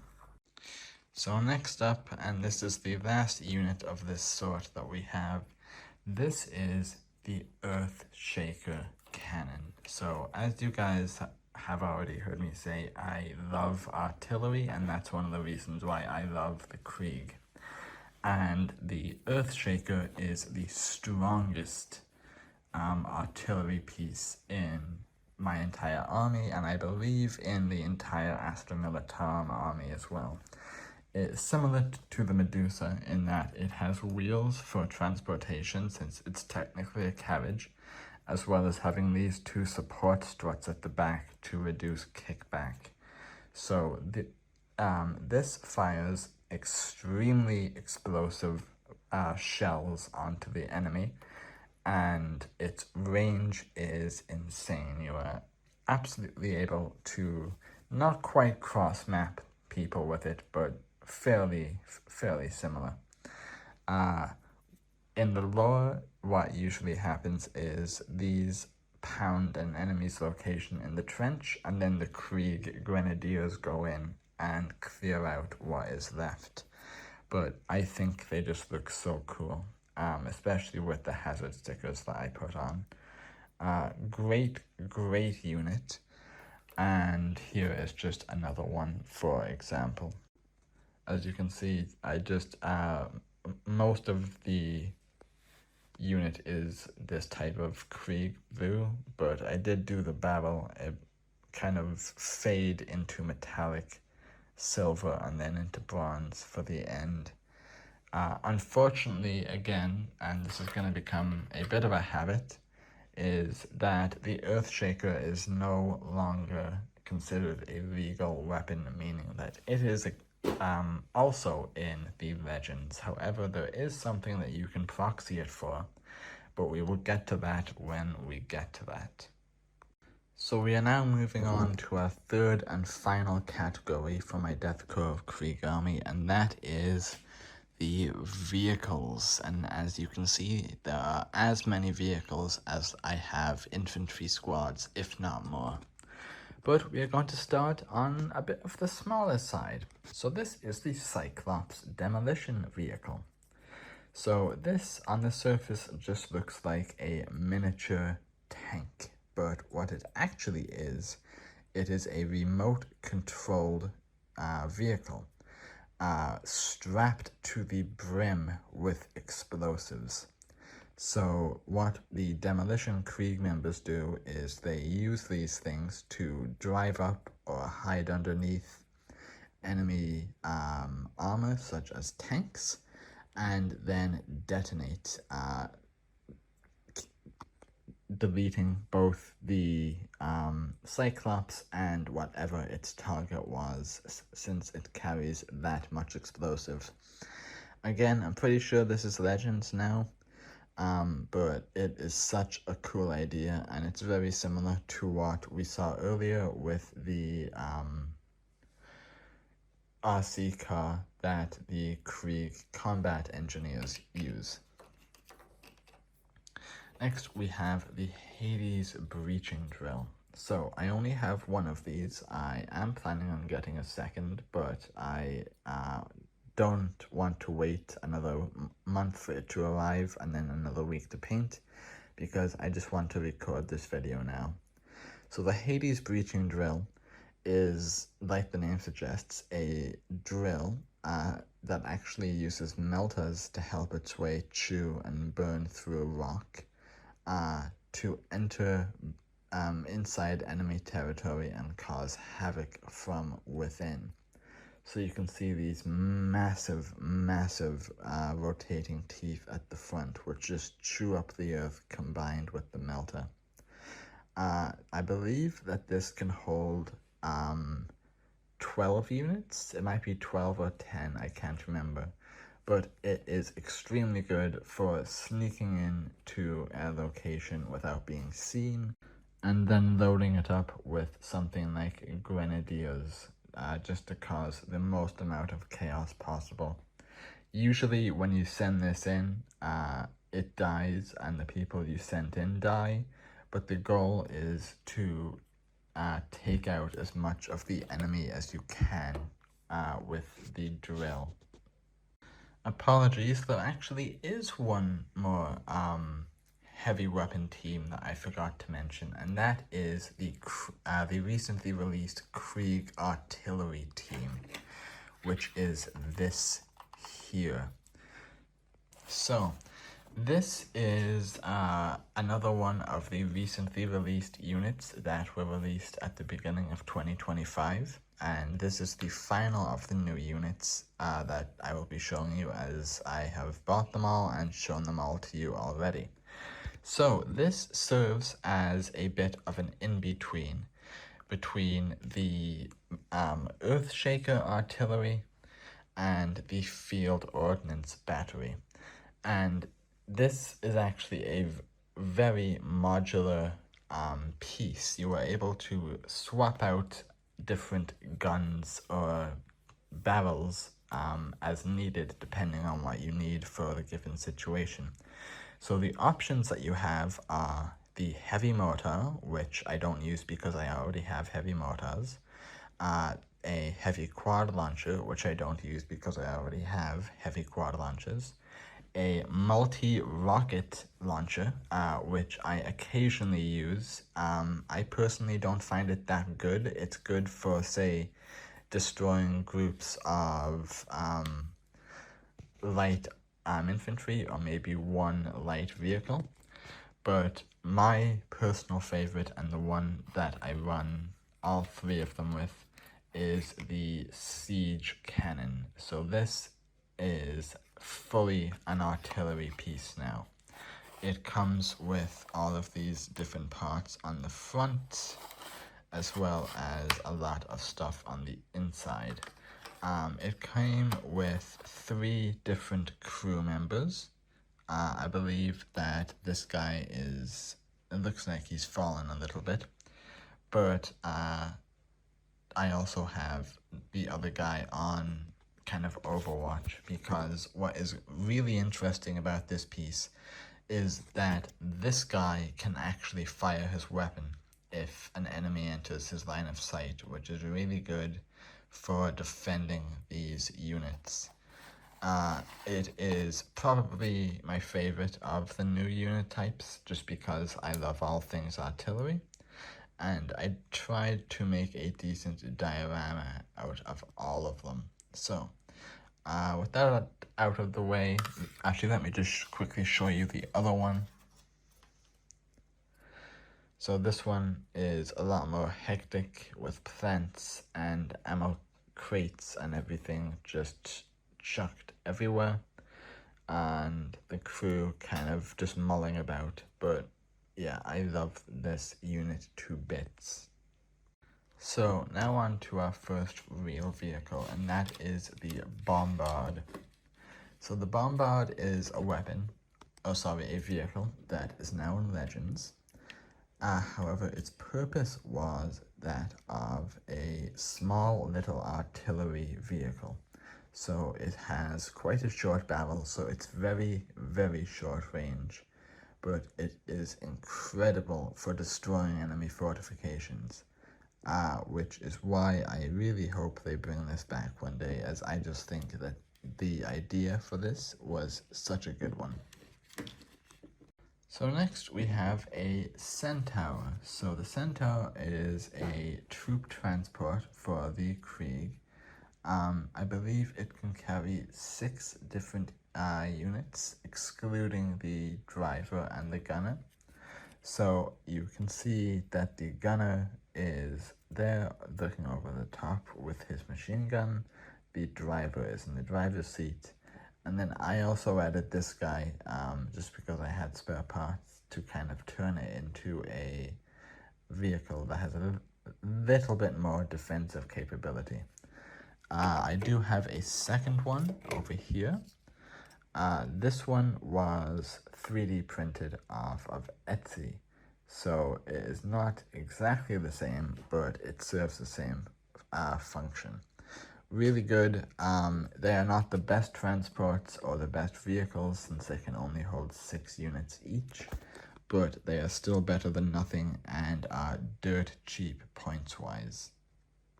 So next up we have my Tauroxes. Now the Taurox is a heavily armored personnel carrier.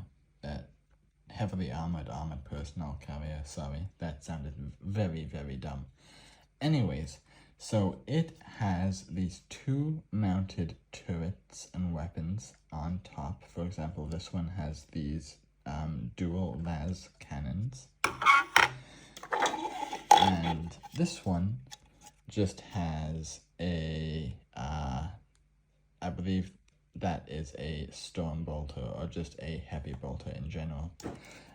So the purpose of the Taurox, apart from its firepower, which is not its main use, is a transport vehicle. So the Taurox can hold 10 troops, and it is extremely fast, much faster than any of the other troop transport type of vehicles. So I personally use these to ferry around my Grenadiers, because you can travel quite a good distance very, very fast, and you are also able to disembark from the vehicle on the same turn, which is a godsend. With a lot of troop transports, you have to drive to your destination, then on your next turn you disembark. But with the Taurox, once you arrive where you want to go, you can dismount everyone there, so it just makes things a lot easier. A lot of people do not like the Taurox, just because of how it looks. I'm not the biggest fan of it either, but you know, for what it does to serve, I think it is very, very good. Also, funny story, the reason this Taurox has these wheels is I bought this second-hand unpainted. However, it did not come with wheels. It arrived with this across the board. So I just went on Etsy and I bought some wheels thinking they would be bigger, but they were not. So my heavily elite armored personnel carrier has these dainty little wheels, and I just find that so funny. Okay, so next up we are going to be getting into a line of variants of a single vehicle, and that vehicle is probably the most well-known vehicle in the Astra Militarum and easily the backbone of any armored battalion or armored regiment in the Astra Militarum, regardless of if you're Cadian, Krieg, Valhallan, whatever. And that is the Leman Russ battle tank. It has, I believe, 5 or 6 variants, and of these I have 2 to 3 of each. So without further ado, let's just dive right into it. So the first Leman Russ we are going to be looking at is the Leman Russ Exterminator. So as you can see, it has these twin barrel cannons, and this variant is used primarily against anti-elite infantry. That is what it specializes in. Its twin cannons are able to absolutely decimate any kind of infantry. So if it can decimate elite infantry, it can make mincemeat out of standard infantry. So here we have the tank commander. If I can stop shaking, there we go. We have some weapons on the front. So we have a bolter, and then 2 more bolters on the side. That is one of the things that the Leman Russ has, is that it, apart from its main cannon, it has a front-mounted weapon on its hull, and then 1 weapon per each side of its chassis, which is really good for stopping enemies from running up to you if you were in the tank and potentially getting you with a grenade. And then this is my second one here. So as you can see, it has the same twin cannons. Actually, I just realized that it is facing backwards. This is the front here. So we have the bolter coming out of the front, and the tank commander. In this case, it is a Krieg Commissar. If I can get it to focus, there we go. All of my tanks do have tank commanders on them, but some of them have just slidden down and it's difficult for me to get them back up. So if you see a tiny piece of a head poking out, that's why. Anyway, moving on to our next Leman Russ. My personal favorite of the entire bunch is the Leman Russ Demolisher. So this is the Leman Russ Demolisher, and probably my favorite Leman Russ in the entire catalog of these tanks. Now, all of the Leman Russ variants have some kind of specialty.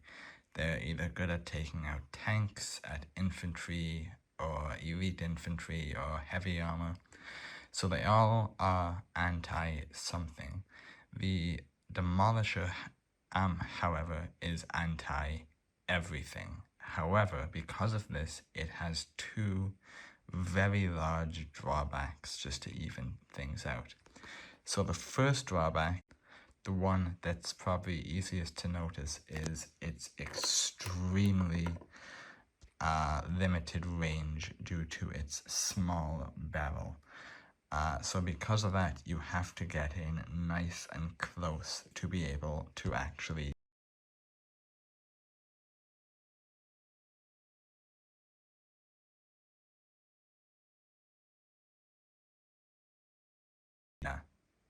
The second downside of the Demolisher is it is extremely expensive point-wise in a game. Given that your standard game is 2,000 points, this runs very high, so you are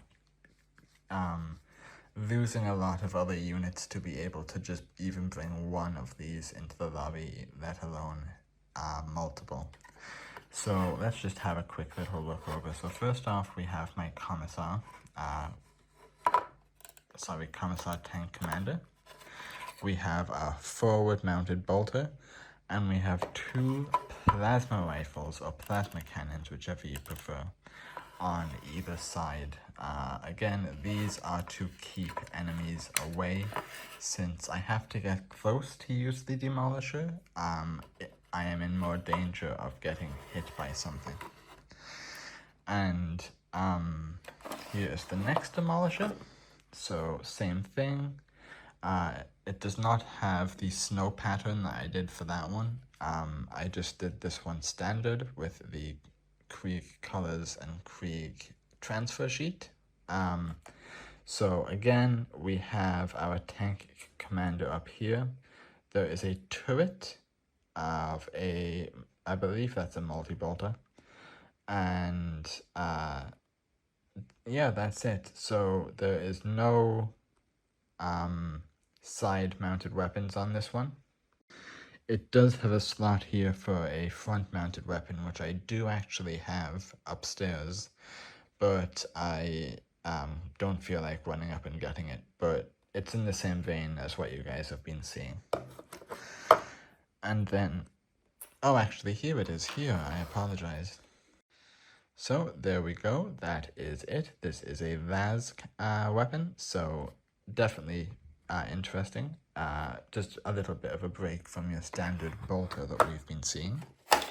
And then our third and final Leman Russ Demolisher is this guy. So at the front we have a bolter. On the sides we have bolters. We have the standard cannon. And while this one does not boast any turrets, what I did was I painted a Krieg guy and then just glued him sitting down to the top of the tank with a stubber. So, you know, it works. It looks silly, but it works, and I'm down for that. So let's continue.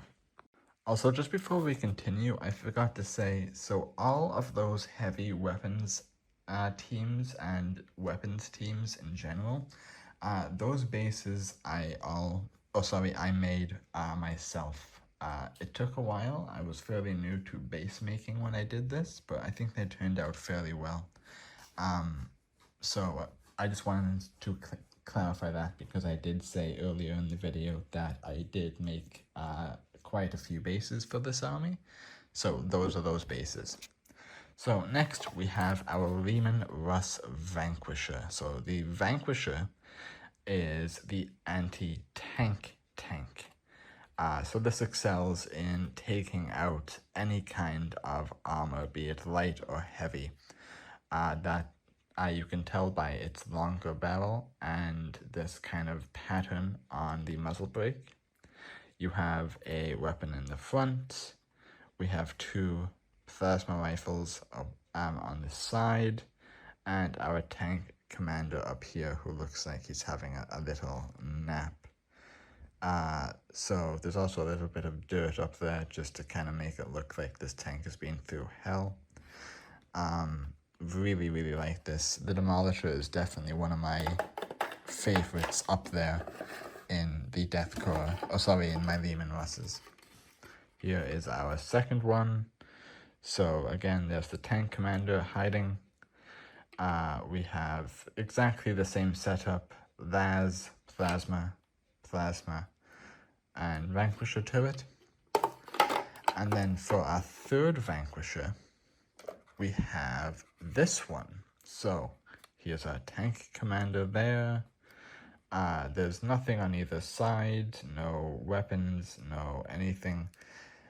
But actually, there is this bolter on the front, but there's none on the sides. Now, the reason this one looks different than the other two is because this is the Vanquisher from the Horus Heresy game, not Warhammer 40K. I did not know that when I purchased this, when I first got into the Astra Militarum to start an army. But it serves the exact same purpose, it just looks a little bit different. And to be honest, I actually think this one looks cooler. Let me know what you guys think in the comments. And by the way, if you guys keep seeing this, the white, red, white on my vehicles, that's like the Krieg colors. So next we have our Leman Russ Punisher. So this is it here. Tank Commander, Bolter, Plasma, and Bolter, I guess. So this is the Punisher, and the Punisher specializes in anti-infantry. Most of the time it is light infantry. It can do some damage against heavy infantry, but this is mainly for mowing down crowds of light infantry.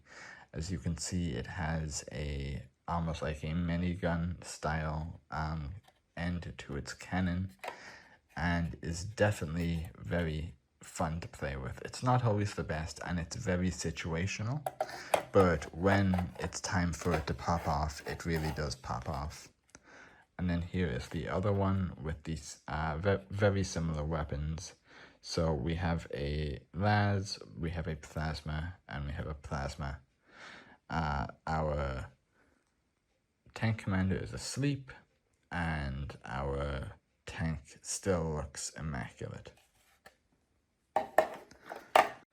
Next up, we have another one of my favorites. This is the Executioner. So this is a plasma tank, as you can see here by this massive plasma coil barrel that it has. Probably the most futuristic weapon in the entire Astra Militarum arsenal. I didn't put anything on the sides on this one. I did just put a standard bolter there. But yeah, that's really it for this. Personally, I really love plasma in Warhammer. Any plasma weapon I always tend to gravitate towards. So this tank is super, super cool to me. And then we have our second one back here, which does have stuff on the sides. So we have plasma, we have a bolter, and our plasma turret yet again. So really good, and this thing is extremely powerful. Like I said, it is anti-elite infantry, but even still, this plasma will deal significant damage to essentially whatever it touches. So that was the Leman Russ Executioner, and that is the end of my Leman Russes in my army. So the next vehicle is tied with another vehicle for being my favorite vehicles in my Krieg army. We will get to the other one later on, but for now we are moving on to the Rogaldorn battle tank. So while I just said that the Rogaldorn is tied for my favorite vehicle in my Krieg army, it is far and away my favorite tank, not just in this army, but in Warhammer in general. And I will show you why when we look at it in detail. So first off, with the exception of maybe the Leman Russ Demolisher, the Rogaldorn is better than the Russ in every single way, and it even looks far, far cooler. So first off, this thing is able to take far more damage than the Leman Russ can. This is the side of the tank. On each of these, there is a melter and a cannon up front here. So not a bolter, not a las rifle, but a actual cannon, as well as these weapons down here as well. So at the front, if you are an infantryman in front of this thing, you are screwed. On the side here, there should be another melter, but I just can't find it right now. And on the back, we can see that there is so much going on. I do my best to turn my Rogaldorns into little dioramas to make it look like, you know, the crew has been living in it and on it for quite some time. Let me move around to the other side. Here we go here, so you can see there's all kinds of stuff strewn around. So the Rogaldorn has two different types of cannons it can use. One of them is the oppressor cannon, and the other is the twin assault cannon. My bad. And currently I have the oppressor cannon on because it is hands down the better of the two. It also comes with this small little auto cannon here, which can mow down any infantry that are trying to sneak up. All to say, this tank is absolutely amazing. Now, as for the crew, so we have this guy up here. So he is our tank commander / lookout. As you can see, he's holding his binoculars. And then we also have this guy at the very back, standing on this little ledge on a heavy stubber. Not a heavy stubber, sorry, just a normal stubber. So with all of these firepowers, these tanks are insane to deal with if you are fighting them. And trust me, I've fought them before. They are so hard to kill, and I have fought with them before, and I have seen the panic in my opponent's face, because I don't just have one, I don't just have two, I have 3 of these things. So this is the second one. Much the same as the first. I won't go into extreme detail as I did the last time. Again, there should be weapons in here, but they are just in a little bag upstairs. The crew here, slightly different. So we have our guy sticking up at the back and guy sticking up at the front. There is a mounted weapon here ready for him to hop on and start shooting. But he's also carrying his pistol, which is very, very nice. This one also has the oppressor cannon, just because I think it really is the better of the two. And unlike the previous one, you can see here that this Dawn has a minigun or chain gun instead of a cannon. It is purely up to personal preference which you prefer to use. But that is it for Rogel Dawn number 2. So Rogel Dawn number 3, I have equipped with the twin assault cannons just to mix things up a little bit. Now, I might have made it sound like these things are terrible. They are not. They are actually extremely fun to use. It's just the oppressor cannon is much better, but I wanted to at least have one of these that had that weapon to try out. So on the sides, you know, we have our melters, on both sides. The crew consists of a guy here, who is just poking his head up with his binoculars, and this guy who is turned around, but there's also a machine gun in front of him. So similar to the last one, in case anything happens, he can jump up and start blasting. Just want to point out, or show you guys again, the decal of the environment on these tanks. I really try and tell a story with all my tanks. And you can see the Krieg insignia there. So, really nice. So next up is a little bit of a break from offensive units like tanks. And next is the Chimera. So the Chimera is a troop transport vehicle. So it essentially is a APC, or armored personnel carrier. So this one has a las cannon for its weapon. You can see the tank commander there, who also has his own stubber. It has a missile on one side and has a bunch of different weapons pointing out of the back. These are great for moving infantry across the battlefield. This can fit 12 standard infantry and I believe 4 special weapons teams. So it is very, very versatile. The only issue is, like I mentioned with the Toroks, you cannot dismount at the same time. So you have to arrive to where you want to be, wait until your next turn, and then dismount. And if your Chimera gets blasted, during the enemy's turn, then goodbye all of you guys. So that's the Chimera summed up. It is one of my favorite vehicles, so much so that I have 3 of them.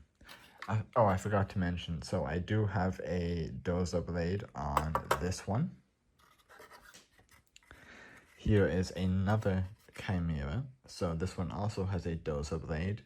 This one is not as flashy, this one is just more plain, straight to the point.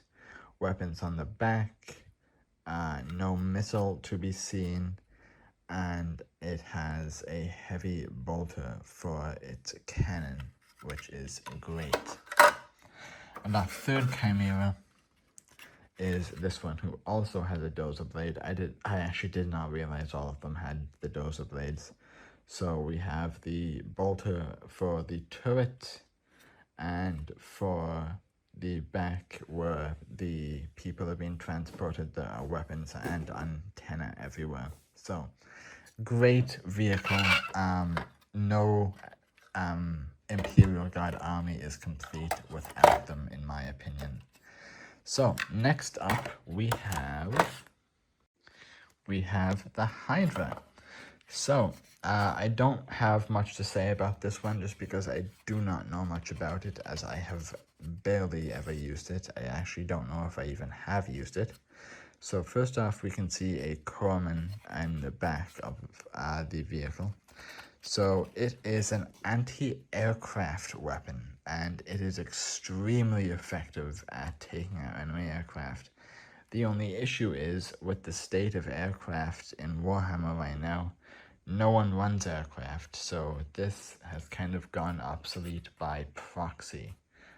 Still very good, and if you have one, please don't throw it away, please keep it, because, you know, in 2 years, aircraft might be the name of the game. So next we have the Scorpius from the Horus Heresy. Now, I do not know much about this vehicle at all. I actually don't think I have ever used him, or it, but what I do know is it excels in anti-all infantry, so anti-standard infantry, anti-medium infantry, anti-elite infantry, and anti-super elite infantry. I'm not even sure if that's a thing. But if it's infantry, this thing will kill it. And it has a very, very interesting design. Very sleek. Anyway, let us continue.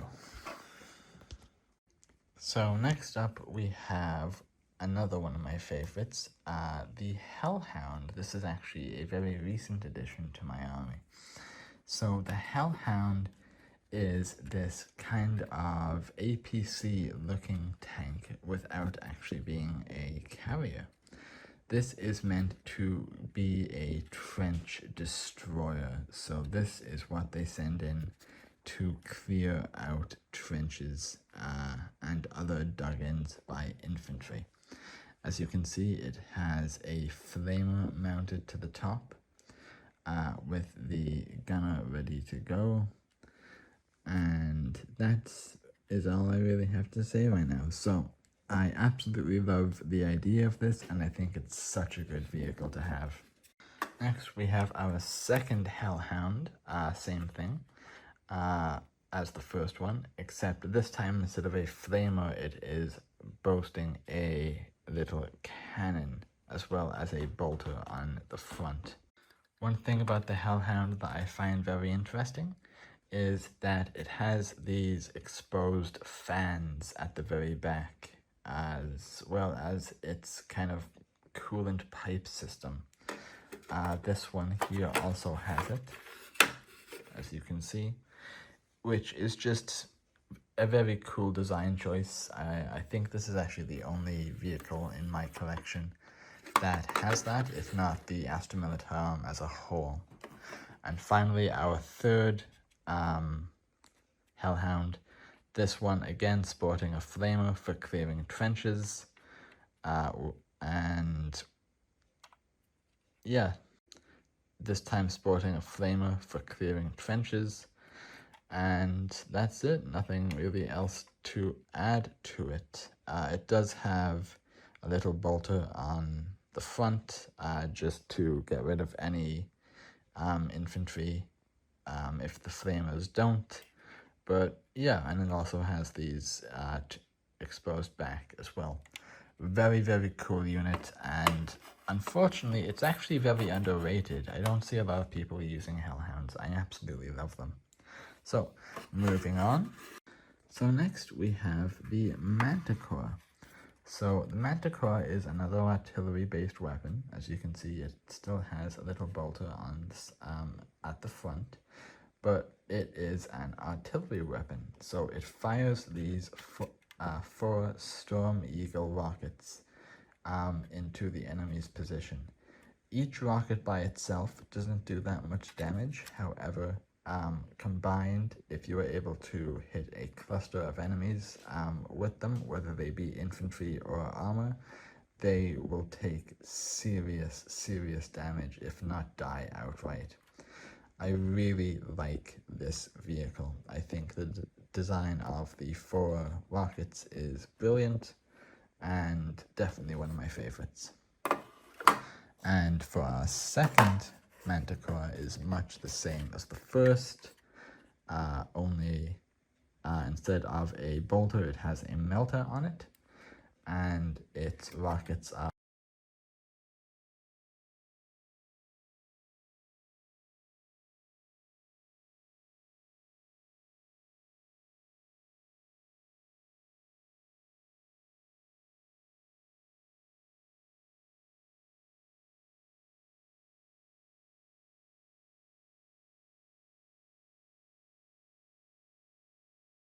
So our next vehicle is one that will strike fear into the heart of any enemy you fight against, regardless of their army, and that is the Death Strike. It has its melter on the front, and it serves basically the same role and purpose as the Manticore. Instead of firing 4 rockets that all impact at once to try and get a decent amount of damage, this just fires one massive, almost comically large Hellstrike missile. And whatever this thing hits is going to die, regardless of what it is, whether it's elite infantry or heavy armor. This thing will kill it dead, and that's one of the reasons why I love it. It is something that, like I said, is effective against pretty much every single army. So when you pull these out, your opponent is going to start sweating. And for our second one is much the same. I have this one posed a little bit better. This one I included the 4 additional rockets, which I lost for the first one, but it is the same thing. Its main Hellstrike missile, as well as the melter at the front, and then these smaller rockets just to add insult to injury. If you ever want to see pure fear on your opponent's face in the game of Warhammer, pull out 2 Death Strikes for a game. That will put them on edge. Anyway, let us continue. So next up is the vehicle that is tied with the Rogel Dawn as my favorite vehicle in my army, and that is the Basilisk. So the Basilisk is a heavy artillery vehicle. As you can see, it even has these kind of guardrails to protect the crew who are usually on board. With this massive cannon, it's able to shoot at extreme ranges. It actually has the same cannon as the Earthshakers from earlier. So it delivers the same amount of damage as the Earthshakers, which is a lot, but just in mobile form. And speaking of the Earthshakers, when I said that I could proxy the Earthshakers for something else, it was this, the Basilisk. Absolutely one of my favorite vehicles of all time. Here is our second Basilisk, very similar to the first. Not going to spend too much time on it. This one has some crew that I put on it. They are loading it and making sure that it is done correctly. This guy is holding the shell. And yeah. And then our third basilisk, I did it to make it look a little bit more rusty, as if this one has been in service just a tiny bit longer than the other ones. Again, same weapons, same everything. It does have these small little weapons on the side and has a melter. All of the basilisks have these small little weapons here. I just forgot to say it. So that is the basilisks. So the basilisk and the Rogel Dawn are my two favorite Krieg vehicles by a long shot. So we are now moving on to the super heavy tanks that I have, and we're going to be starting off with one of my favorites, the Macarius. Now the Macarius is now Legends, unfortunately, and this thing is super heavy, which makes sense since technically it is a super heavy weapon or tank. So even though it is a super heavy, it is kind of a middle ground between your standard Leman Russ or Rogel Dawn and something like your Bane Blade or Bane Sword. So there are multiple weapons to choose from for the Macarius, and I have chosen two since I have two. So the first one is a double Vanquisher cannon, which are these two things here. So these cannons act as anti-armor and anti-monster weapons. So this is great for taking out the opponent's heavy armor, the opponent's super heavies, or if the opponent has any monster units, this is going to be your best friend. I genuinely cannot put into words how much I love this tank. I think the design is one of the best tanks that Games Workshop have made, and I just wish that it was still legal to play with.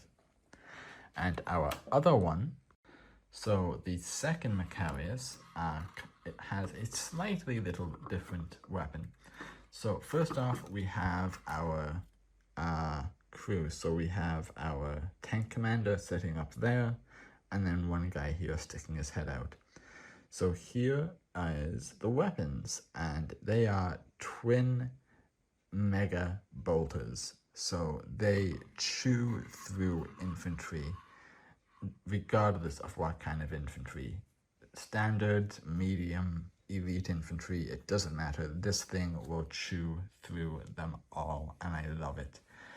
So I have both bases covered. That's why I have two of these. One for infantry, one for vehicles. And I forgot to mention when talking about the other one, but here is the tank commander standing up. I don't believe that there is a second one like the one with the super bolters, but still it's really good, and it also comes with an assortment of side weapons that you can choose. This one here has a flamer, and I believe there's a flamer on the other side. This one here, the super bolter version, has a melter. So very good. I love both of these beyond words. So for our first true super heavy, we have the ever so famous and notorious Bane Blade. So this tank is absolutely incredible in terms of both its size and its abilities. So as far as weapons go, it has its standard Bane Blade cannon as well as an autogun. It also has two melters on either side of it, and then these turrets as well that can swivel around and blast close enemy infantry to bits. It also has a cannon here, very similar to the Rogel Dawn, and it has a tank commander. So on the left we have a commissar serving as the tank commander, and then we also have this corpsman here with a heavy stubber as well. So this thing is just armed to the teeth in every single respectable way, and I love it. I think I did a pretty good job painting it. This was the first super heavy that I painted, and I think the shades of green go really well with the shade of blue that I chose. Anyway, let us continue on. So our next super heavy is the Bane Sword. So this is in the same family as the Bane Blade. However, it has what is called a Quake Cannon, which is this magnificent thing here. This is a super heavy that mainly does anti-tank and anti-armor. The Bane Blade, as good as it is and as much as I love it, is kind of the jack of all trades when it comes to super heavy. It's pretty good at everything, but not excellent at anything. That's where stuff like the Bane Sword comes in. So this is, sorry, not exclusively, but this is mainly used for taking out enemy vehicles, as well as having the same turrets on either side of it. And yeah, again, I think the paint job turned out really well, especially the lights on it. I think the yellow goes really well with this shade of blue. But let's continue.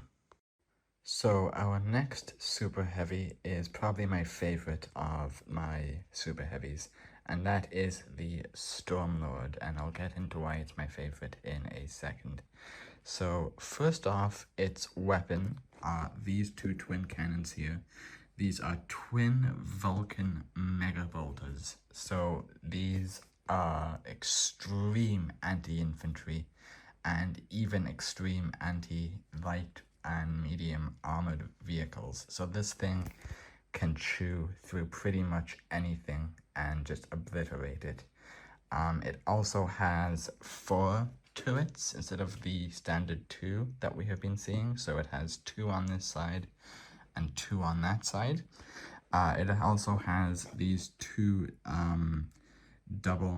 these two heavy bolters, which actually have been on all of the super heavies. I don't know why I forgot to mention them up until now. And yeah, that's just part of the reason why I love this so much. So the reason the Stormlord is my favorite super heavy tank in my collection is because it's not only just an extremely powerful super heavy tank in terms of damage, but it is also a troop transport vehicle capable of carrying up to 40 infantry units. So apart from being able to deal out massive damage, it is also able to transport an extreme number of infantry in relative safety, as it is very difficult to kill a super heavy. So for example, the Taurox and the Chimera, while they are strong and armored, they are nowhere near as armored as this. So this is the kind of tank that you would bring with you, load in 40 of your guys, and just make your way from objective to objective. That's what I've done in the past, and it is amazing. I absolutely adore this. So here are the weapons down here. You can see some of the transfers that I included. And yeah, that's it. It also has this little back piece here with these 2 stubbers on turrets at the back. And you can see the door there, so presumably that is where the passengers enter. So really cool design. I adore this tank to bits. Like I said, it is my favorite super heavy. And last but absolutely not least is the Shadow Sword. So this is the most powerful unit that 1, I have, and 2, I believe in the entire Astra Militarum. It has what is called a volcano cannon, which is this here. And its nickname is the Titan Killer, because 1 shot from this can kill a Titan. So it is extremely powerful with its cannon. The only downside is it is not super reliable. Something like the Bane Sword, which I showed you, which mainly deals with anti-vehicles, is a lot more consistent, whereas this one is a little bit less consistent, but is able to essentially delete anything that it hits. As for other weapons, it has the turrets on either side, and also has other abilities, for example being able to toss out smoke grenades and stuff like that to blur the enemy's line of sight. Really cool. I absolutely love this, and this is the only tank in my entire Krieg army that I painted black with hints of blue, just because I thought black would be fitting for a tank called a Shadow Sword. And that, everyone, is the conclusion to my Death Korps of Krieg Warhammer 40K army showcase. So I really hope that you enjoyed watching this, and I hope that I have persuaded one of you to maybe consider start collecting the Krieg, or at least the Imperial Guard, as they do have some pretty nice stuff. From infantry to tanks to everything in between, they have you covered. One thing I will say, and I don't like saying this in videos, but I'm just going to say it for this one.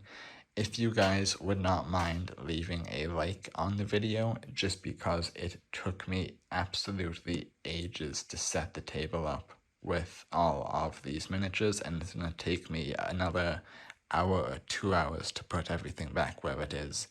So this was an absolute joy to make, and I'm so glad that I finally got the chance to do it after waiting I don't know how long for me to finish up the collection to make this video. So again, thank you for watching. My name has been Crimson. I really hope you enjoyed this, and I'll see you guys in the next one. Peace.